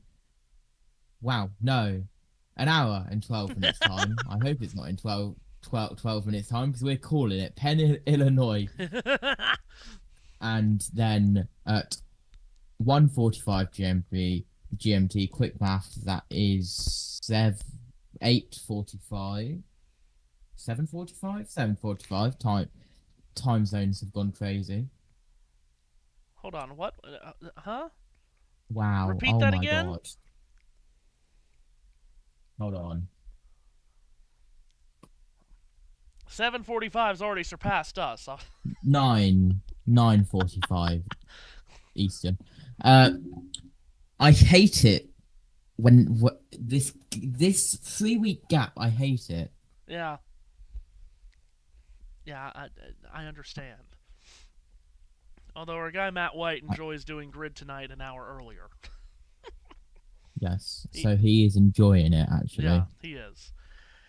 VCU restarts play out of the timeout. They trail by 19. Brandon Jennings handles the ball up top. They've really got to get into some kind of rhythm on this end of the floor if they're even going to make this competitive. Djokovic climbs the right lane line against Vesar. He wildly throws it up off the glass and no good. Rebound Tar Heels. Vesar has been the most impactful player on the floor on both ends of the floor, offensively and defensively. He's been tremendous. Here's Trimble with Djokovic defending. Now he goes to switch, and Bogovac out of the left corner rises for three. He missed it short, and the rebound down to Michael Bell. Junior from London, England, gets it in transition, and going to the rim and missing a reverse layup is Tyrell Ward. Tar Heels rip it and run. Bogovac leaves it into the left corner. Trimble rises for three and misses. Rebound to the Rams. Jennings was there to collect the rebound. And he brings it back the other way. Creeps to the left elbow. Whips it cross court. Off the right wing, it's Hill. On the high dribble. Kicks it up top. Djokovic free to fire. Up top, a straight on look at a three. And Djokovic knocks it down. That's a forehand winner. Up the line from Djokovic to get to 40 love. 16-point game. North Carolina has it again. Bogovac outside left, holds the ball over his right earlobe. Vesar out for a screen. Bogovac will drive inside, banks it up on a leaner, and knocks it down. Luka Bogovac with another field goal. He's got 8 points, and here's VCU with it again. Djokovic across the edge of the arc, dribbles left to right. Vesar defensively, handoff for Hill, who came for the ball. Hill backpedals outside right. Djokovic sets a screen, flipped it over the shoulder. It's Djokovic up top. Can he do it again? Yes, he can. He pours in 2 threes in a row. Djokovic holds it love. It's 58-43. 7-3 of the night for VCU. A lot more of those have to go down to try to claw their way back into this game. They only hit 3, though, in the first half. They've hit 4 already in the second. Bogovac on a dive in for Vesar. Spinning left baseline, back outside. Bogovac will try to answer with a 3 of his own. It's no good. Rebound popcorned around, and it's collected by Dixon. North Carolina with a reset. Dixon from the right of the March Madness logo. Stomps to his right, on the wing, reverses it up top. Vesar will let it fly, and it's good again. Henry Vesar is unstoppable. He knocks down the straight-on 3. And any kind of momentum that VCU was starting to gather disappears into thin air just like that. Vesar's got 20. His 9th 20-point game of the season. VCU will try again. Hill knocks on the door, gets to the right lane line, stops and pops with a fall away, and Hill hits it in the mid-range, a 10-footer. Hill, their leading scorer for the season at over 14 points per game. Takes the margin down to 16. Derek Dixon, calm, cool, and collected at the point. Vessar out for a screen. He gives it. Dixon cuts to the left. He'll drive. Try to bounce it in for Stevenson. It got knocked away. Bogovat's recovered. He flashes in. Back to Vessar at the foul line. Spins on Djokovic. Lefty floater doesn't go. Rebound down to VCU, and they want to push the tempo here. And doing so is Bell, who goes to the rim, takes contact, and Bell scores. And the Brit has a chance at a three-point play. As Bell, with those long strides, right to the rack. Derek Dixon tried to stop him and couldn't. VCU trying their best to stay within striking distance. Still, it's a 14-point margin as we hit a timeout. And JT, you said there were close scores at the last timeout. What do we have here? The opposite. Been a long time out or long stoppage in the Michigan Howard. Still at 28 seconds left. 50-43 still there. Texas A&M 28. St. Mary's 22. Texas 37. BYU 32. And I can now do what I want to do on the scoreboard and copy that and then paste that and then do that. There we go. Look at that. What do we have now? Oh, look at him go. We will return out of this break to that. Very good. That's, well, again, you are the best. We don't say that haphazardly. We truly do not. I'm gonna send something to you, and I'm gonna see if you can get it.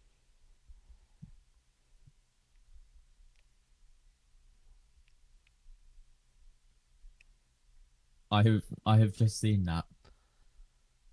Oh, what am I looking at?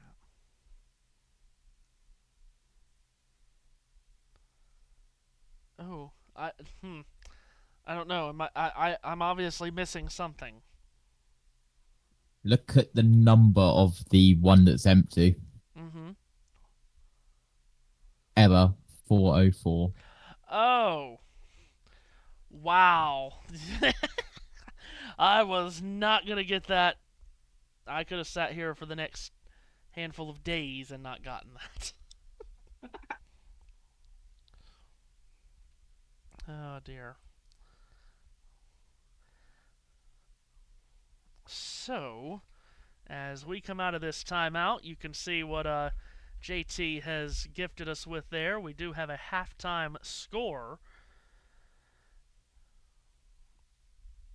That game is in Buffalo, and actually... Oh, it's changed. Yeah, I was going to say, I think they've...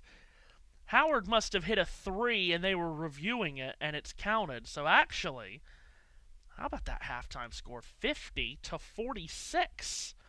So Michigan, not trailing by double digits to a 16 seed at halftime like Duke did earlier, but not running away from the Bison of Howard, who have 3 scorers in double figures. Howard has hit 10 3-pointers. It definitely was 50-43 at the start of halftime. Yeah, I saw the same thing that you did. Wow, this game is actually incredible. Howard has hit 10 threes, while Michigan is shooting 65% from the field, and it's 50-46 at the break. That's, wow. Points, and more points in that one.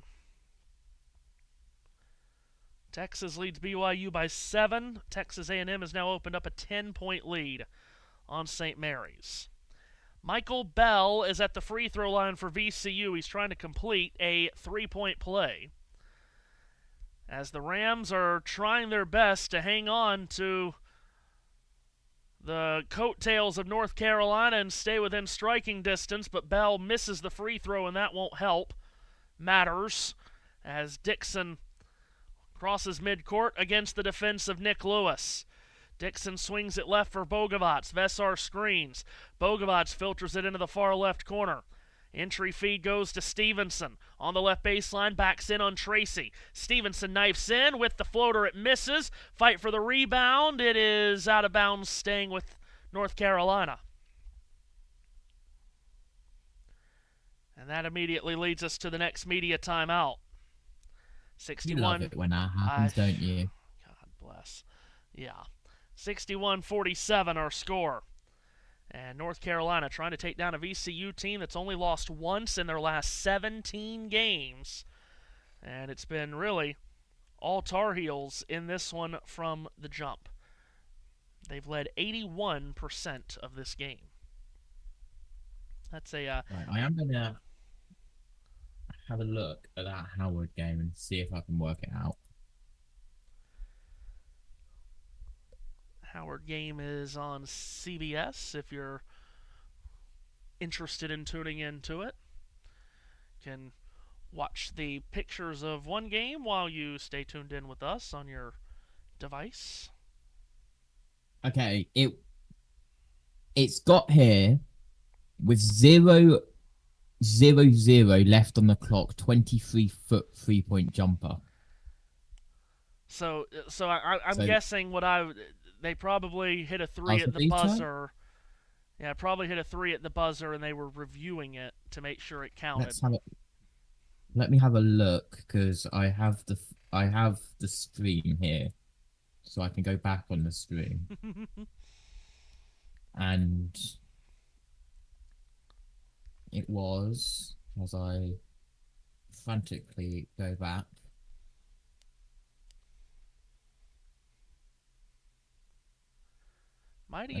Mighty impressive from Howard to do what they've done in this 10 game. seconds left on the clock. Howard possession at 6. 4.5. 3-pointer. 0 point. It went in the basket at 0.8 seconds. 7 seconds. 0.6 seconds left. They got a takeaway that led to that. Wow. 10 threes in that first half from Howard. That is incredible. That's a 3 every 2 minutes. I'm sending you the photo now, Matthew. Make this make people think about it at 50-46. Matthew, I have sent you the official producer's review. Of course you have.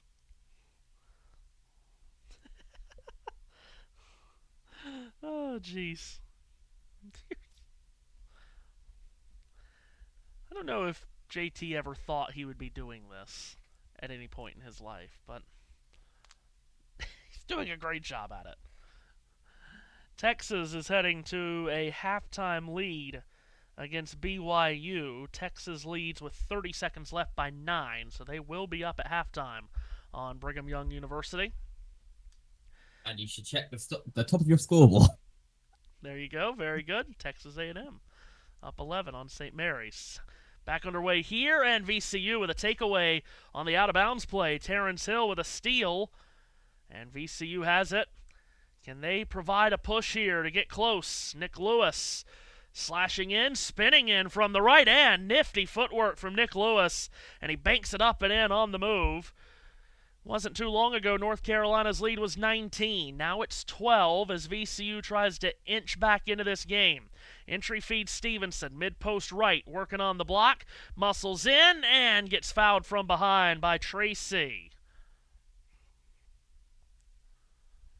Neither team in the bonus.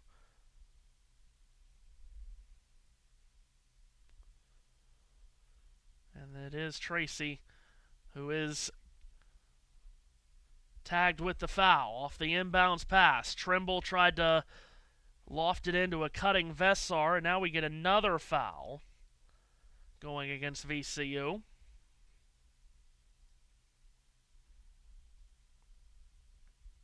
And once again, Tar Heels will inbound it from underneath. Into Stevenson, outside right.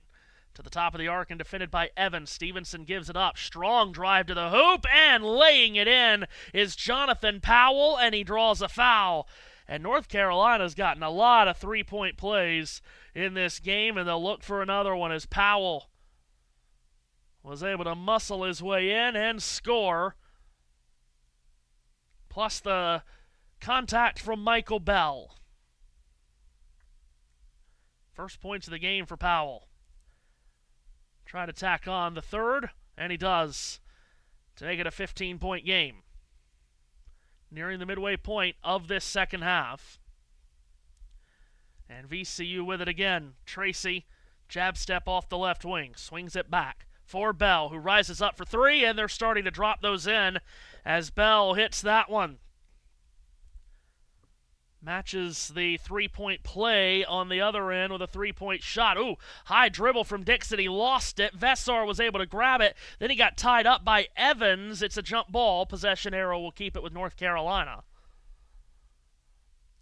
Of course, a lot of talk over the last couple of days about the ball being used in the tournament, how it's very inflated. The bounce of it is high, and we've seen in all three games here some dribbles being lost and rebounds off of misses going high into the air off the rim. Inbounded by Dixon, far left corner Stevenson on the wing Vessar, and then connected up top for Trimble. Trimble starts a move, then kicks it back up top, and Vessar from straight away rips the cords from distance. What a game Henry Vessar is having. One of the best games he's had all year long. He's got 23 points. His season high was in that quarterfinal of the ACC tournament against Clemson last week where he had 28. So we've got a whistle on the other end of the floor. Foul going against North Carolina here. Foul is on Powell. Teams are a combined 9 of 16 from 3 in the second half after they were a combined 6 of 24 in the first half from 3. Here's Hill into traffic up the right lane line. Wriggles free underneath the basket, and a nifty reverse layup banks in for Terrence Hill Jr. 19 for Hill to lead all scorers for VCU. North Carolina back up the floor with Dixon. VCU's got to get more consistent stops on this end, which they haven't been able to do all night long. Trimble outside left, shapes it in for Vessar. Mid-post left, backing in on Bell. Spins left, had the ball swatted away. A steal by Jennings. VCU does not have numbers, so they'll hit the brakes. Now Bell initiates a drive. Floats it back to the perimeter. Behind the back dribble by Hill. Works his way in. Fadeaway jumper in the lane. Goes off the back of the rim and falls out. And North Carolina's got the rebound. Chance there to score off of a rare North Carolina turnover. Just the second turnover of the night by the Tar Heels, and VCU could not capitalize. Trimble sets the offense, feeds it up top. Dixon lets it fly. 3 misses wide left. Rebound, swatted at. It's off a black shirt last. It'll belong to North Carolina. Texas, by the way, did make it to halftime. 9-point lead on BYU, 46-37. So you have Michigan up on Howard at the half by 4. Texas up on BYU by 9. A&M up on St. Mary's by 11. Those games all at halftime. Howard and Michigan tip got delayed by about 15 minutes, and that's why all 3 of those games, basically same kind of time in their game, rather than being staggered like they normally are. North Carolina on the inbound. Trimble, right of the March Madness logo, begins his dribble to the left elbow, defended by Jennings. Sweeps it into the left corner, taken there by Powell. He lets a 3 go with the shot clock winding down. He missed it badly. Rebound VCU. Flashing forward is Lewis. Hits the brakes top of the arc. Now swings to his left. Keeps the dribble alive. Feeds it back up top. Jennings directs it to his right. Terrence Hill gets a screen. Tries to get his body past Stevenson. Instead, he sends it back up top for a strong drive down the middle by Lewis. And Lewis lays it in off glass. And North Carolina got to take a timeout because Jaron Stevenson was struggling to get the ball inbounded. So with 7.5 to go, VCU has cut it to 11. trailed by as many as 19. Still some time on the clock for VCU if they can get it clicking on both ends of the floor. It's an 11-point game with 7.5 to go. In this 6-11 matchup in the South region, winner will play either Illinois or Penn here in Greenville on Saturday. And that Illinois and Penn game is what we have coming up. The scheduled tip time of 9:25 for the Quakers and the Illini. Also, the NCAA women's basketball tournament started last night with their first four. Nebraska beat Richmond 75-56. Missouri State defeated Stephen F. Austin 85-75. First four games tonight include Samford and Southern. In fact, that game is at halftime, tied at 44. I beg your pardon, end of the third quarter, tied at 44 between Samford and Southern. The other women's first four game tonight is Arizona State taking on Virginia. That game tips off at 9 o'clock from Carver Hawkeye Arena in Iowa City. So those are the two first four games on the women's side tonight, and the first full day of the women's tournament will start tomorrow at 11:30 with Duke hosting Charleston. Other games of note in the first round of the women's tournament tomorrow: Nebraska, Baylor, South Dakota State, Washington, Murray State, Maryland, North Carolina, Western Illinois, LSU hosting Jacksonville. Tennessee is a 10 seed in the women's tournament against NC State. Just some of the games on the first full day of the women's tournament tomorrow. We'll have live streams of women's tournament games in later rounds. Excuse me, I have made my triumphant return. Oh, very good. So if you'd like me to update you, I'm sure y'all do to update you on what's been going on. But if you have been updating, then no worries. Well, we've updated all the halftime scores, but what do you think about Howard hitting 10 threes in the first half to keep Michigan in striking distance? These 16 seeds aren't messing around today. Tell ya. They are not messing about. And something I posted on Twitter. How bad would BYU actually be losing if they didn't have A.J. DeVonson? Yeah. Just how bad this season would BYU be without A.J. DeVonson? I mean, how bad what? How bad would they be as a whole without him this year? Well, the same. I could ask the same question about Tennessee with Nate Amen. I mean, they wouldn't be playing this time of year, BYU, at least in this tournament.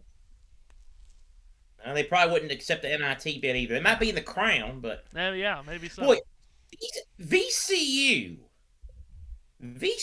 gets it to within 11, 13, 15. Or, well, excuse me, they'll get it to within like 11 or 12, but then North Carolina gets right back to 15, 16. Yeah. They're on a 13-6 run, VCU. They've made 8 of their last 9 from the field, but they still trail by 11. They haven't gotten enough stops on the defensive side of the ball, which is where they're at now to restart play. Stevenson entry feed. Left baseline is Vesar, backing in on Djokovic. Fastball outside. Stevenson rips a 3. And to your point, Seth, exactly what you were just saying. VCU on a run, and then North Carolina comes down and hits a 3. This one courtesy of Jaron Stevenson, who played in a Final Four just 3 years ago with Alabama. VCU once again has to roll this rock back uphill as they try to create some momentum. Tyrell Ward drives left lane line, wraps it back outside. Jennings dribbles in the paint with the left hand, up off the glass, left it short. Rebound is out of bounds off of North Carolina last. It'll stay with VCU. We have talked at times during this game about all the tournament experience on this North Carolina team. Jaron Stevenson has the most. He's played 9 tournament games in his career over the last 2 seasons at Alabama. Nick Lewis driving up the middle, got caught underneath the cylinder and tried to kick it out, and that pass got stolen by Trimble. This is Trimble's 6th tournament game, Vesar's 5th. Kyan Evans' 5th. Remember, he was at Colorado State. And Zayden High's 3rd. Drive to the rim by Dixon. Layup is blocked. Nick Lewis got a hand on it. VCU the other way. Right wing 3. Hill knocks it down after Djokovic left it right to him.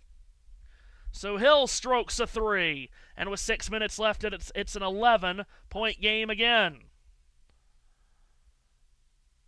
North Carolina with it at the other end. Bogovats left dart, passed out of a shot and lost it. It's a takeaway. VCU the other way and right to the rim. Ward misses the layup somehow, and bodies hit the deck in the scrap for the loose ball, and we get a whistle. And it's been a lot of that too, Seth. They've missed a lot of shots right at the rim.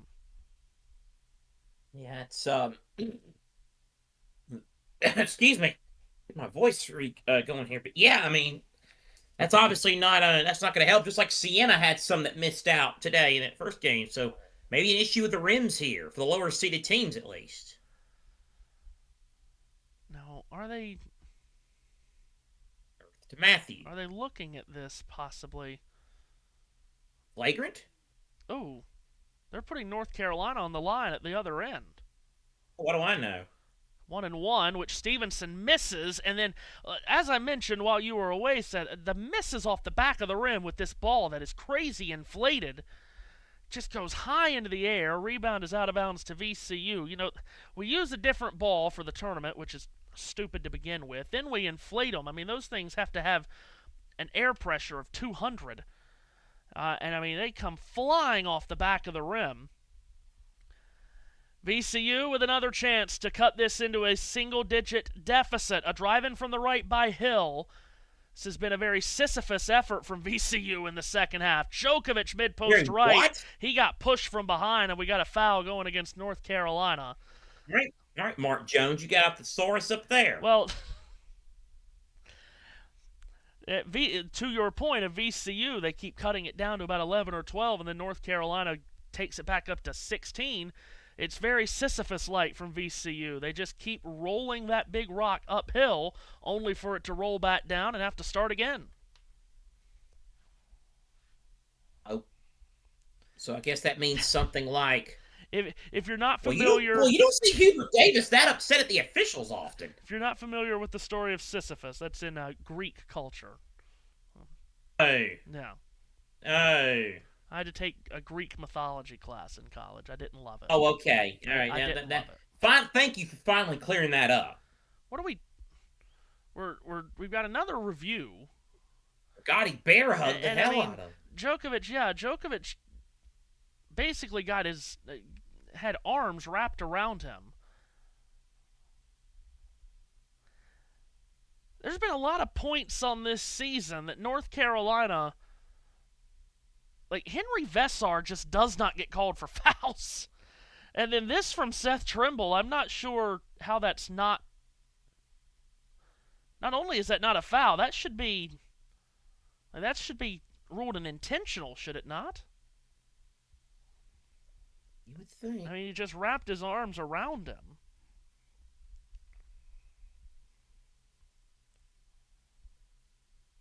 And they have ended up calling a foul on Seth Trimble. So the call on the floor was not upgraded, but it is a foul on Trimble.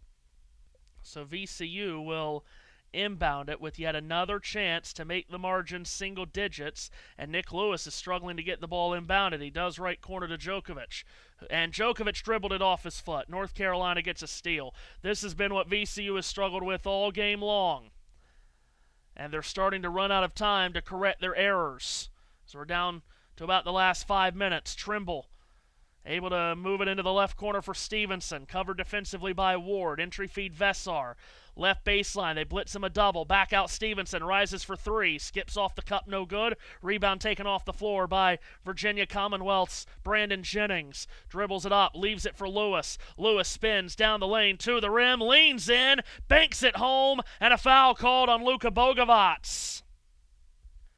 That does make the margin just single figures. And a chance at a three-point play for Nick Lewis. Actually, they call the foul on the other side of Bogovats, and it's on Stevenson.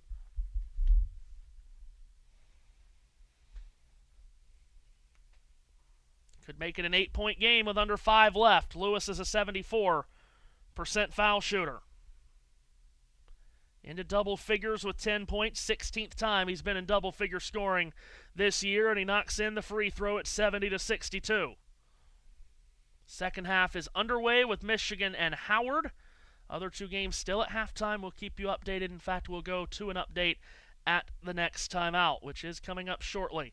North Carolina into the front court. Derek Dixon controls. Hunkered stance right of the March Madness logo. Picked up defensively by Lewis. Over for the ball comes Trimble. Dixon gives it to him. Vessar comes all the way out for a very high screen. Now Vessar rolls. He gets the ball. He spins in the lane. He throws it to the outside, and it's stolen. Another Carolina turnover. And at the other end, it's Lewis to set the offense. Basket on this possession would go a long, long way here for VCU. Terrence Hill, top of the arc. Hot pass into the left corner. Bell drives the baseline past Vessar, and he slams it down. And Bell has made this a 6-point game.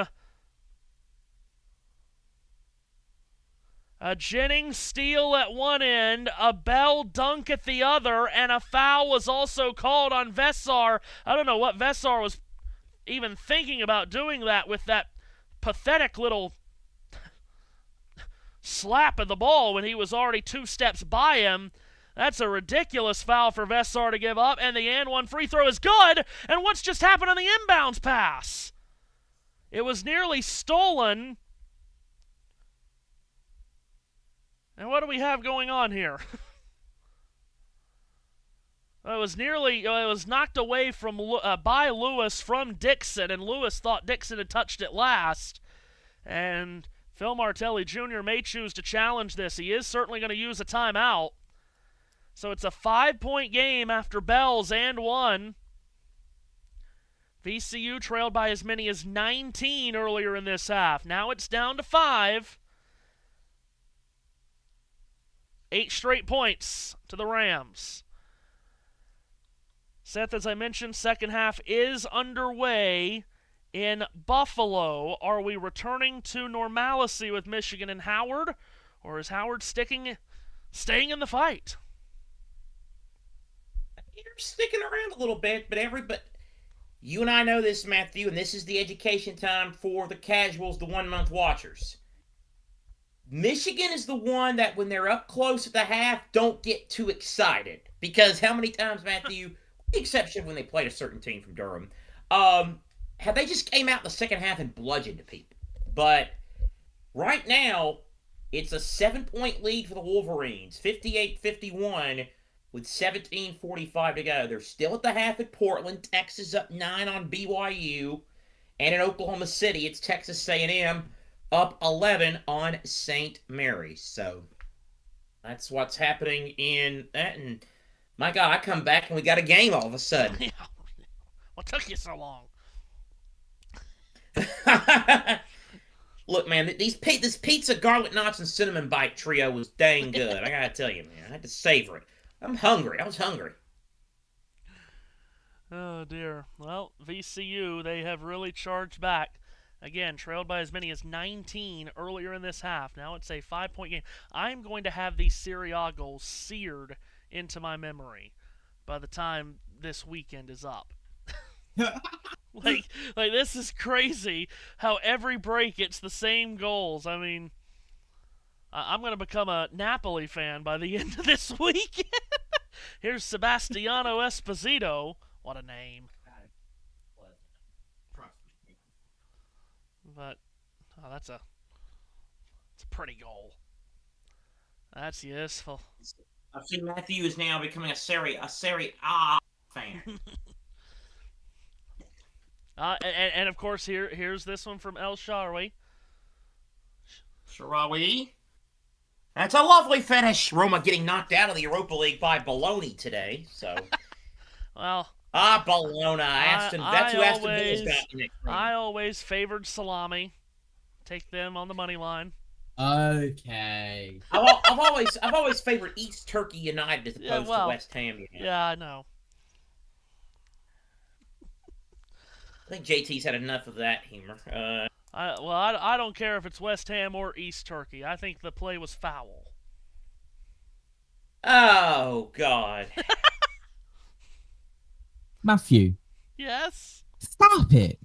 Just stop. Now, we have had a reversal during this timeout. They did review that last play and said that it was off Dixon's hands. So VCU ball. They trail by 5. They're on a run, trying to get closer. Lewis backpedaling, dancing, sashaying to the top of the arc. Dribble handoff Hill. Long three. Good! Terrence Hill bombs away in your eye hole. 2-point game all of a sudden. 12 straight points to the Commonwealth. And here's North Carolina in some trouble for the first time in a long time in this game. Stevenson shovels it up top. Vessar dribbles left, hands off Trimble.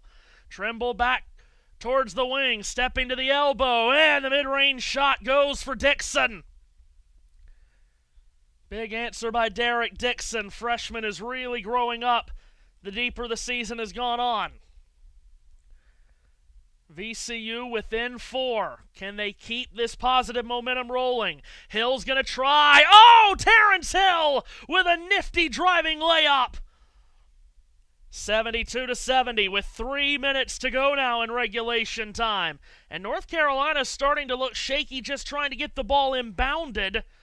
They get it into the front court with Dixon. Out for a screen is Vessar. It's a hard screen against Lewis. And it's lobbed up by Dixon to Vessar, who throws it down. A two-handed slam. Pretty offense ran by North Carolina the last 2 trips up the floor. Vessar up to 25 points. He and Hill are going back and forth at each end of the floor. Djokovic on the March Madness logo. Tries to find Hill on a handoff and does. Hill slashes left. He's red hot. Feeds the left corner. Bell lost the dribble, and the loose ball's taken away by Dixon. North Carolina forces the takeaway, and Hubert Davis wants a timeout. Takes North Carolina's penultimate TO here. VCU not quitting and showing a lot of fight late, but North Carolina not going to roll over and let them take this one. 4-point game, 2:14 left here in Greenville. Meanwhile, Seth, do we have some news about our next game on this floor? We do. We mentioned this earlier. Yesterday, a report came out that Penn's T.J. Power was questionable. Of course, Power was the one who just went off, had the 40-piece in the Ivy League championship game against Yale on Sunday. Was a little bit under the weather, was the report, but someone just tweeted it out. I got the starters right in front of me for this game, and he's listed on the starting lineup. So it looks like T.J. Power is going to be good to go for the Quakers of Pennsylvania. You know, you talk about the Michelangelo getting the floor. I just like the name Quakers. Yes, that's a cool nickname. Yes, the Ivy League's just got interesting in general. Yes. But the Quakers, but the Quakers, ready to go there. Update you on other games. Texas A&M is just pouring it on St. Mary's. 18-24 to go. The lead now at 16 for the Aggies. 42-26. Also, 15-54 to go. 63-56 the lead for Michigan. And Texas is up 8 on Brigham Young with 18-41 to go. So all the other games are now in the second half. Very good. Thank you, Seth. Resetting things with just north of 2 minutes to go here. North Carolina leads by 4. VCU has the possession arrow. Both teams are in the bonus now as Trimble gets it in far side front court. To Vessar, who has 25 points. Back out to Dixon, left of the March Madness logo. Lewis defends. Vessar sets the screen. Dixon still with it. As we strike the last 2 minutes, Dixon finds Vessar soaring to the rim, and he got his arm hit, and he's fouled. Vessar will go to the line. Vessar, as I mentioned, having one of the biggest scoring games that he's had all year. And his arm got absolutely smacked by Brandon Jennings. He's got 25 points.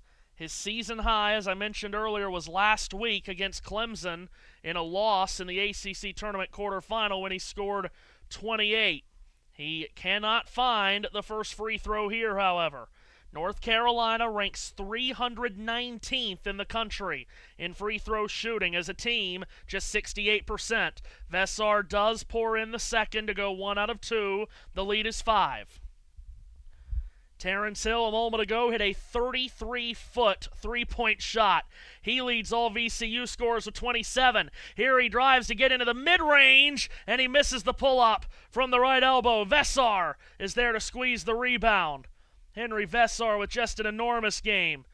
Into the front court is Jonathan Powell. Back to Dixon so he can run the offense, which he has done more and more as this freshman season has gone on. He's got a ram in his grill. That's Nick Lewis. Vessar a screen. Slashing left Dixon on the perimeter. Big three here. Misses. Long rebound. Collected by Hill. Lofted ahead for Djokovic. A dangerous pass. Djokovic runs it down in the far right corner.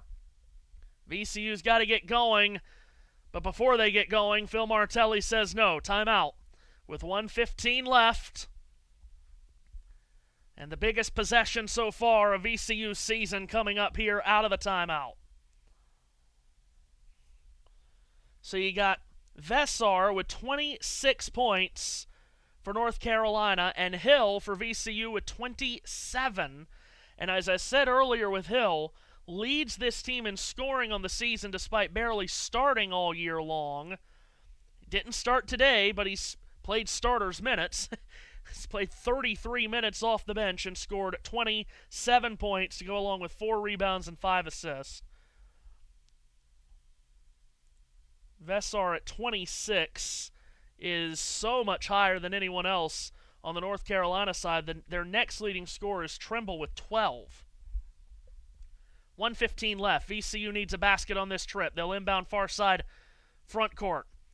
Lewis struggling to get it in, but they do. And VCU can get going. One timeout left both ways. Djokovic has it. Top of the arc. Straddling the arc with right foot and left. Back up top is Hill. He'll put it on the deck. Drive. Step back jumper. A 17-footer, and it goes.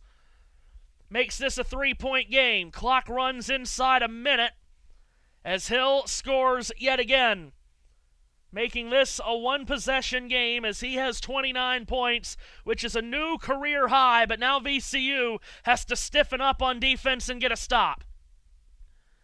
North Carolina on offense.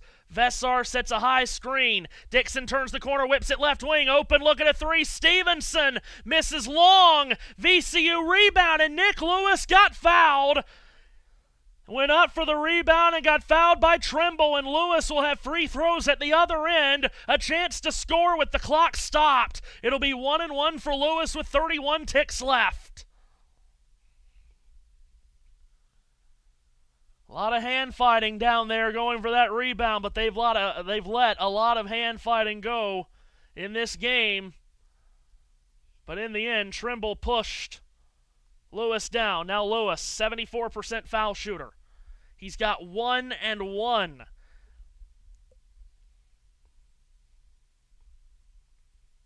Meanwhile, when these free throws finish, there will be a 1-second difference between game clock and shot clock.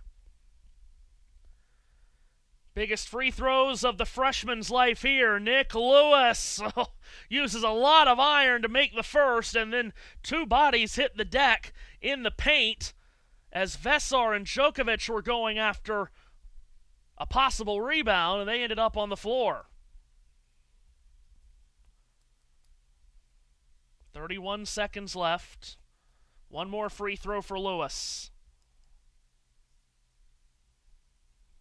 Came in clutch in the A-10 final against Dayton with a 17.11 rebound double-double. He misses the second free throw, and it wasn't even close. Trimble grabbed the rebound, and with only that 1-second difference between the clocks, VCU has to foul straight away. Michael Bell gives the foul, and Seth Trimble will go to the line. And I've mentioned it a couple of times today. Big-name teams that are not good free throw shooting teams. North Carolina is one of those teams. They rank 319th in the country in free throw shooting, and Seth Trimble is only 67% for the season. 1 and 1. Bounces the ball twice, bends the knees, Trimble's free throw. Oh, it's off the rim, no good, but the rebound could not be secured by Djokovic. He and Vesar were fighting for it. The ball ends up out of bounds, and they say it stays with Carolina.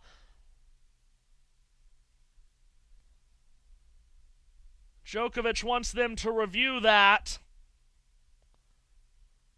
It's off Djokovic. It's off his left hand. It's a good call by the official under the basket. So VCU got the miss that they needed but could not secure the rebound. Now North Carolina to inbound it. Dixon is struggling. Dixon is struggling. Dixon did not get it in! It's a 5-second violation! Oh my gracious! VCU will have it with a chance to tie or take the lead, and there's no shot clock. And here's the inbound, and up the floor they come. One timeout left for Phil Martelli Jr. Ball in the hands of Terrence Hill. He's had the hot hand all night. He shovels it out for Bell. Dribbles along the perimeter, fakes a handoff, return for Hill. Timer at 12. Hill drives to the rim, lays it in, and we're tied with 11 seconds left. North Carolina the inbound. One timeout left for Hubert Davis. He's trying to get the timeout in, and they give it to him with 8.1 on the clock. And from 19 down in the second half, VCU is roared into a tie. Once again, it's Terrence Hill, the unstoppable force. His first career 30-point game. He's got 31. 75-75. And with 8 1/10 second left, North Carolina can hold for the last shot of regulation. VCU trailed in this half by 19 points, and we talked about how they would chip away at it and get it down to 12 or 11, and then North Carolina would balloon it back up to 16. And it was just that back-and-forth battle. VCU could never make enough stops and get enough consistent scores at the other end to get close, but then they finally did. North Carolina's been turning it over a lot, too. Only one turnover in the first half from North Carolina. They've committed 6 in the second half, including that last one, a 5-second violation, as they just couldn't get the ball inbounded. Roy Williams looking on, and Roy Williams would not have called that timeout there that Hubert Davis just did, but Hubert did. Gives North Carolina to run a set play, also gives VCU a chance to set their defense. Stevenson, with all that tournament experience, gets the ball into Vesar, who's been awesome tonight. Vesar off the right wing with 4. He lost the ball! It's out of bounds to VCU! 2.4 left! Incredible! Timeout, Virginia Commonwealth! Another North Carolina turnover, and Vesar, my God, he hit it off both arms, he hit it off both hands, and it went off his face.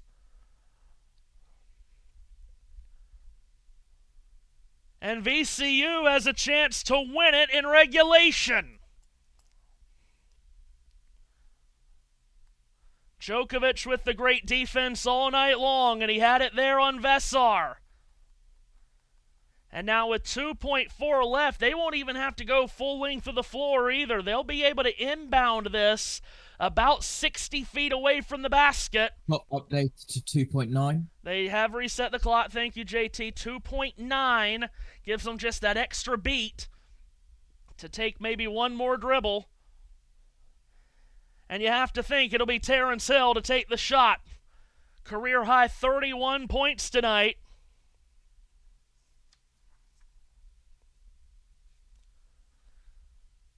Well, we have made it to the first night session of the first full day of the NCAA tournament, and we ask the question, is it buzzer beater time in the tournament?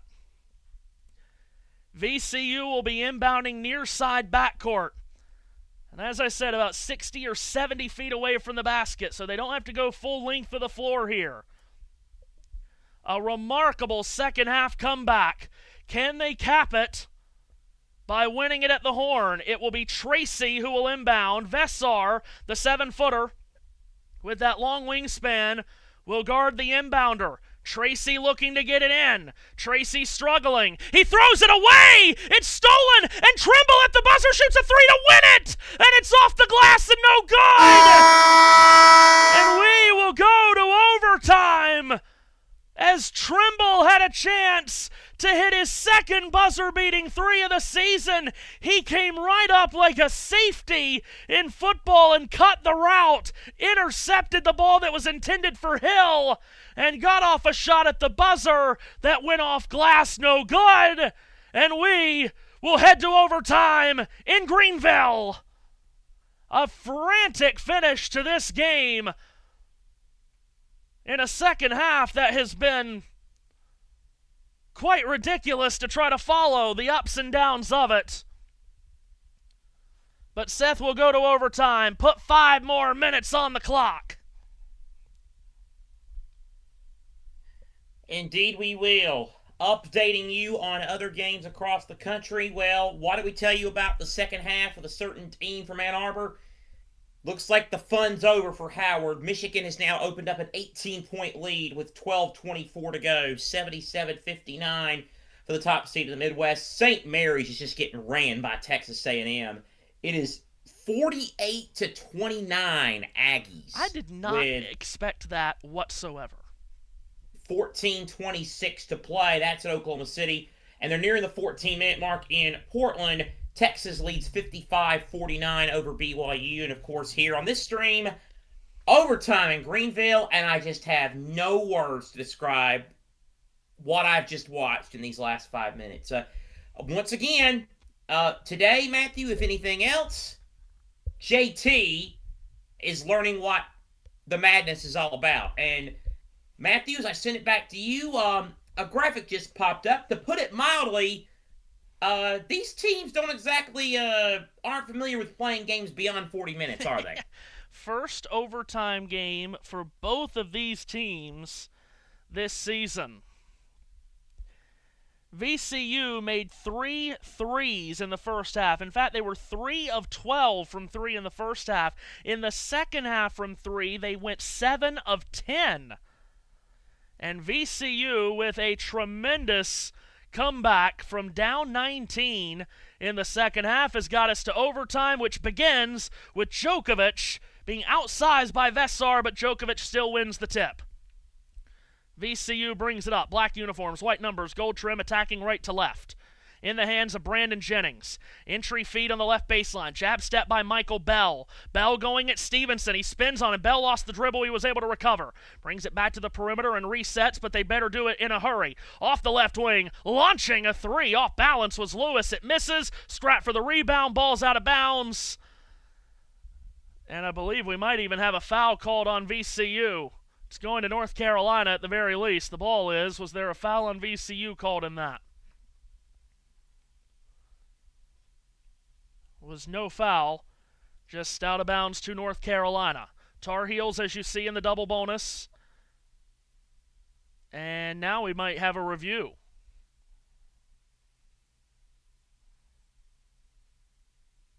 There's a lot of contact.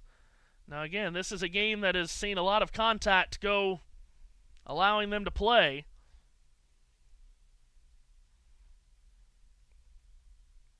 I've got on my screen VCU timeout. Whether that's just a normal timeout or a review, we'll see. Yeah, they might be challenging that. We'll see. You're right.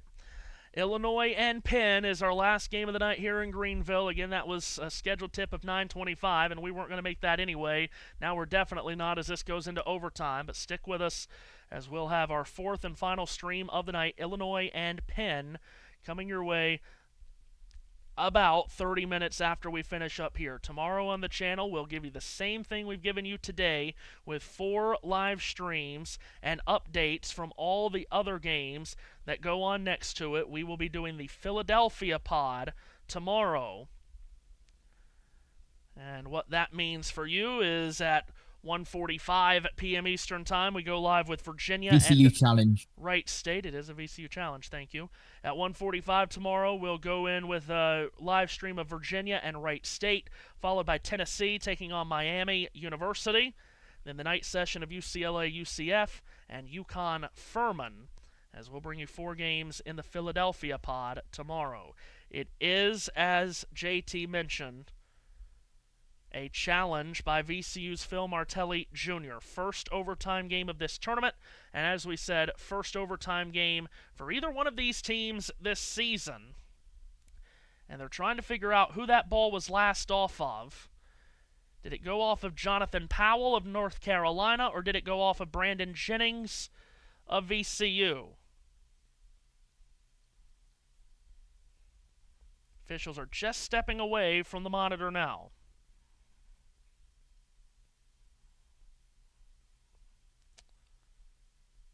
And they are discussing. Again, the officiating crew, Paul Zelt, Clarence Armstrong, Kellen Milliner for tonight's game.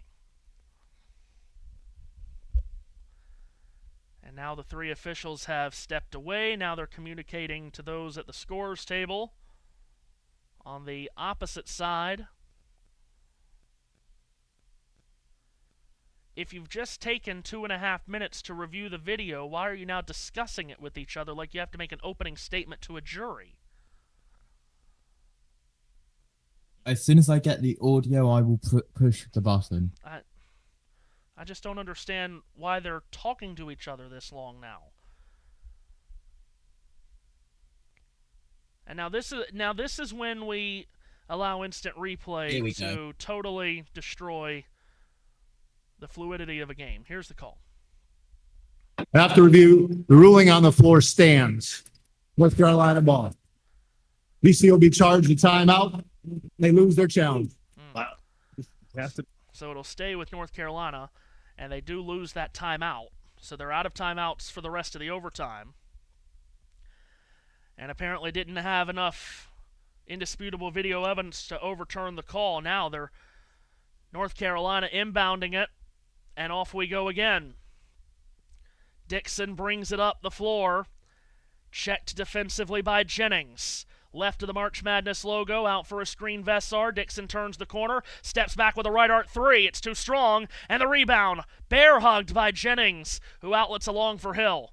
Terrence Hill with 31 points, leads all scorers today in tournament play. Here he is, cutting right, probing, fall-away jumper, misses off the heel, scrap for the rebound, it's free, and is it going to be a held ball here, or we got a foul? It was Bell and Trimble going for the ball, and a foul has been called on North Carolina. It was Bell and Trimble going for the ball, but Stevenson is being called for a foul. For what?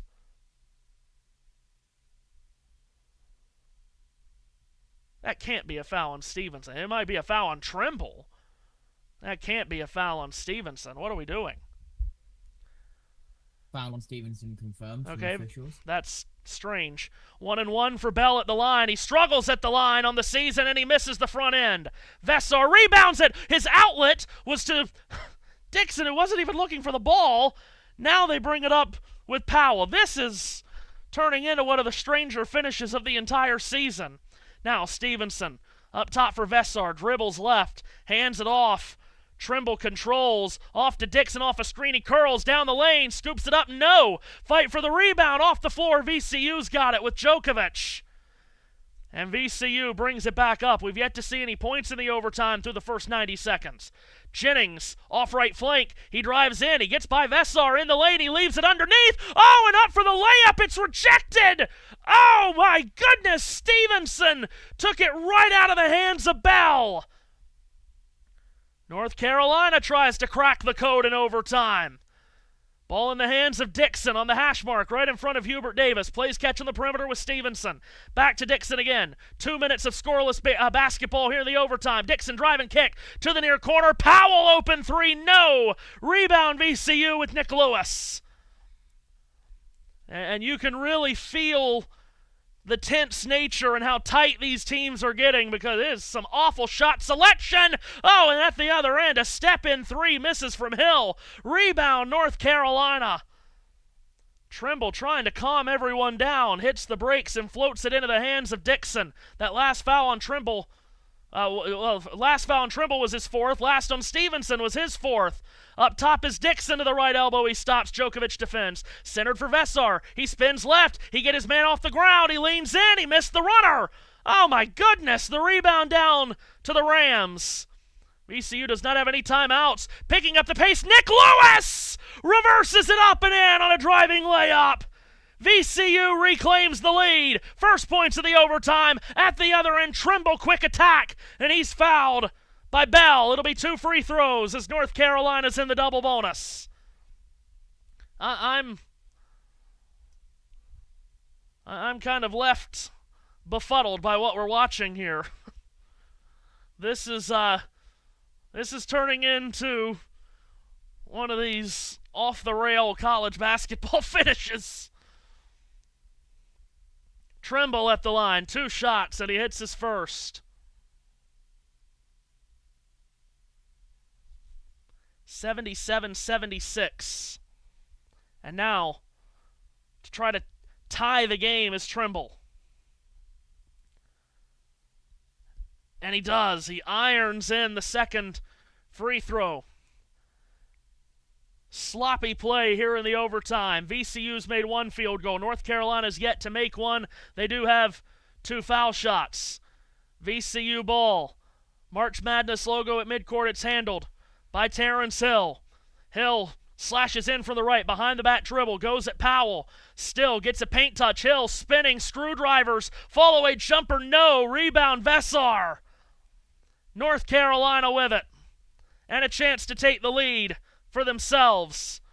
They've missed all 4 shots they've taken from the field in the overtime period. Trimble, head of the arc, screen from Vesar. Trimble with a bit of space. Djokovic collapses on him. Trimble drives, layup, no. Glass and rim miss. Rebound chase down in the near corner by VCU's Terrence Hill Jr. Jennings will bring it up. Again, Phil Martelli Jr. does not have a timeout after that lost challenge to call and try to calm his team down and run a play, basically. And both of these teams need to run some kind of offense because they're just standing around shooting it from anywhere. Lewis shoots this 3. That's missed. And the rebound run down by Trimble. Final minute of the overtime. Hubert Davis does have a timeout. He might need to take it here, and he does. This has been... I don't know what to say about what we've seen in this overtime. Seth, you want to chime in here? Because I don't know what else to say. This overtime's been weird. I was going to say, you're talking about, calm down. I love you, buddy. I think I'd put you in the need to calm down category. I mean, you are just, you're struggling for words here. I mean, Lord have mercy. But, yeah, this has just been bat, what. I mean, I sent you the text. I'm laying back. I'm muting myself while you're calling the game, especially if it gets to crunch time. But boy, that doesn't mean I'm not talking. I'm just the amount of oh my gods or what are you doing in the last 10 minutes of real time is beyond me. Like I'm almost out of words. I can't describe this. This has not been pretty. This is rather silly. No, this has not been pretty.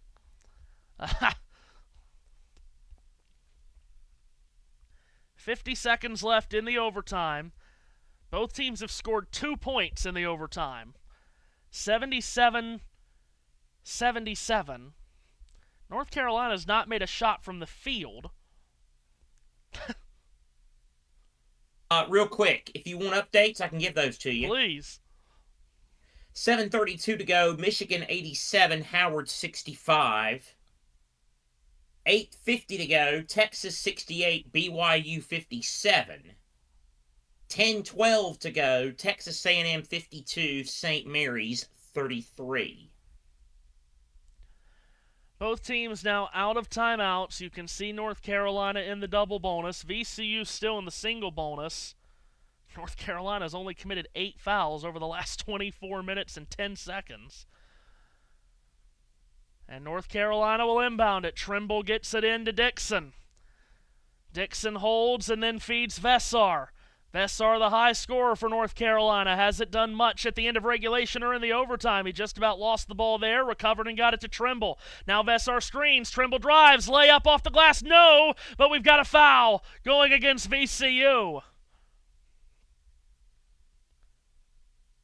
Now who was the foul committed against? Was it Trimble on the drive, or was it Vessar trying to get up for a follow? Either way, both of those, Trimble and Vessar, they both shoot in the 60s at the free throw line, and they are sending Trimble. 67% for the season. 3 of 5 tonight. 2 shots. First one is no good. He missed it off the front.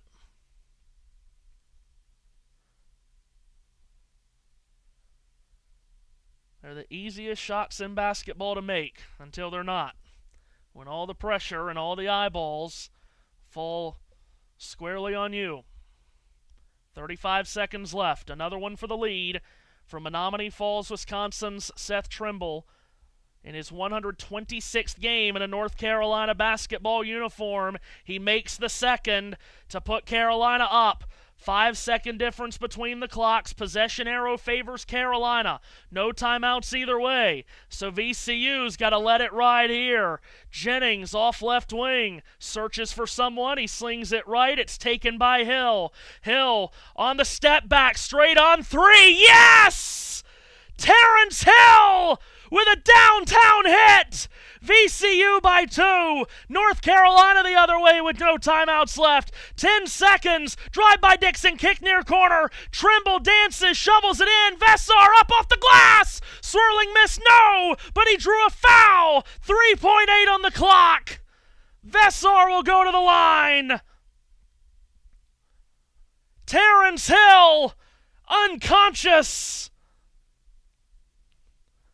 Fires VCU to the lead with his 7th 3 of the game.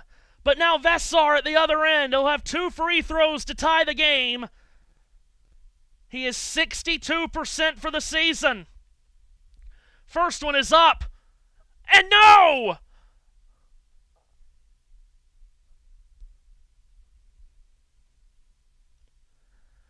One more to go, a decision to make. Do you miss it intentionally and try to get the rebound, or do you make it and try to foul VCU and hope they miss free throws?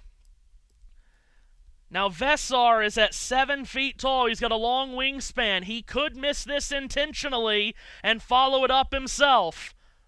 But remember, if he does try to miss intentionally, it has to hit the rim, and it didn't! He hit it square off the glass. It didn't hit the rim. VCU will have the ball. He tried the Trey Jones play. I know North Carolina fans don't want to hear me say that, but he tried the Trey Jones play and just throw it as hard as he could off the rim so it would come back to him, but it missed the rim.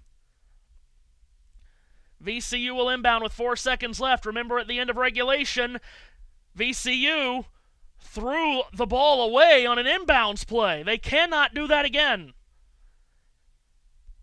And they don't want to take a 5-second violation either. North Carolina's had that happen in this game. Trying to get it in is Jennings. He does to Lewis, and he's fouled with 3.7. Lewis will shoot 1 and 1 because they're not in the double bonus yet. 1 and 1. If he makes 2, VCU basically wins. If there's any kind of miss in there, North Carolina would have a chance. But again, the Tar Heels have no timeouts. Lewis is 74% from the line this season. He's made 4 of 5 tonight.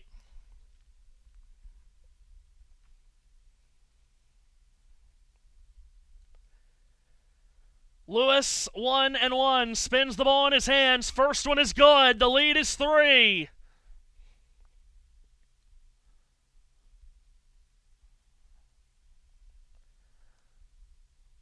VCU has had some magical tournament moments in their past. But after being down 19 in the second half, They're on their way to another magical moment. Lewis makes the second. The lead is 4. Stevenson trying a long looping pass into the front court. Vessar catches. Top of the circle jumper is missed. And VCU completes a wild comeback and an overtime upset of North Carolina. VCU knocks out the Blue Bloods and advances to the second round of the NCAA tournament. 82-78 is the overtime final. And Virginia Commonwealth University's Rams, with perhaps another march to remember, as they do march on to the second round.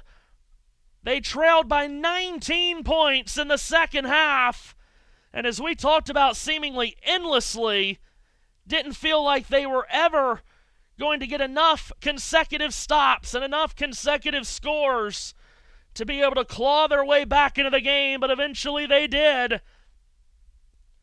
And VCU has won it in overtime. A tremendous rally. And Phil Martelli Jr. has his team advancing. North Carolina's season comes to an end, and it comes to an end by finishing the season with 3 consecutive losses, losing their regular season finale to Duke, the ACC quarterfinal to Clemson, and then in the first round of the tournament to VCU. It will go down as the 6th largest comeback in NCAA tournament history. And it's not like they were down 19, a minute into the second half. They were down 56-37 with 15 minutes left. It was a full 5 minutes into the half. They were down by 19. And essentially Terrence Hill Jr. took the game over. Career high 34 points for Hill. 13 of 23 from the field. He made 7 threes. And Seth, as we get ready to sign out of here, Mr. Eaves, the guy that hardly ever starts, and that's why he was 6th man of the year in the A-10, but he led his team in scoring. Tonight, guess what? He didn't start, but he played more minutes than anyone, 40, and scored 34. It's unreal. I still am struggling to figure out how this happened. But VCU, they found Terrence Hill Jr.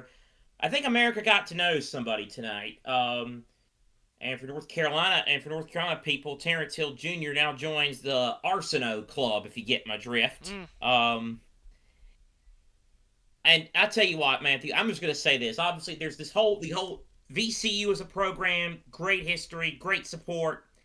It's a big win for them, but I'm just going to say this. What a moment for the Martelli family. Yeah. Phil Martelli, one of the great A-10 coaches, one of the great guys in coaching in his time at St. Joseph's.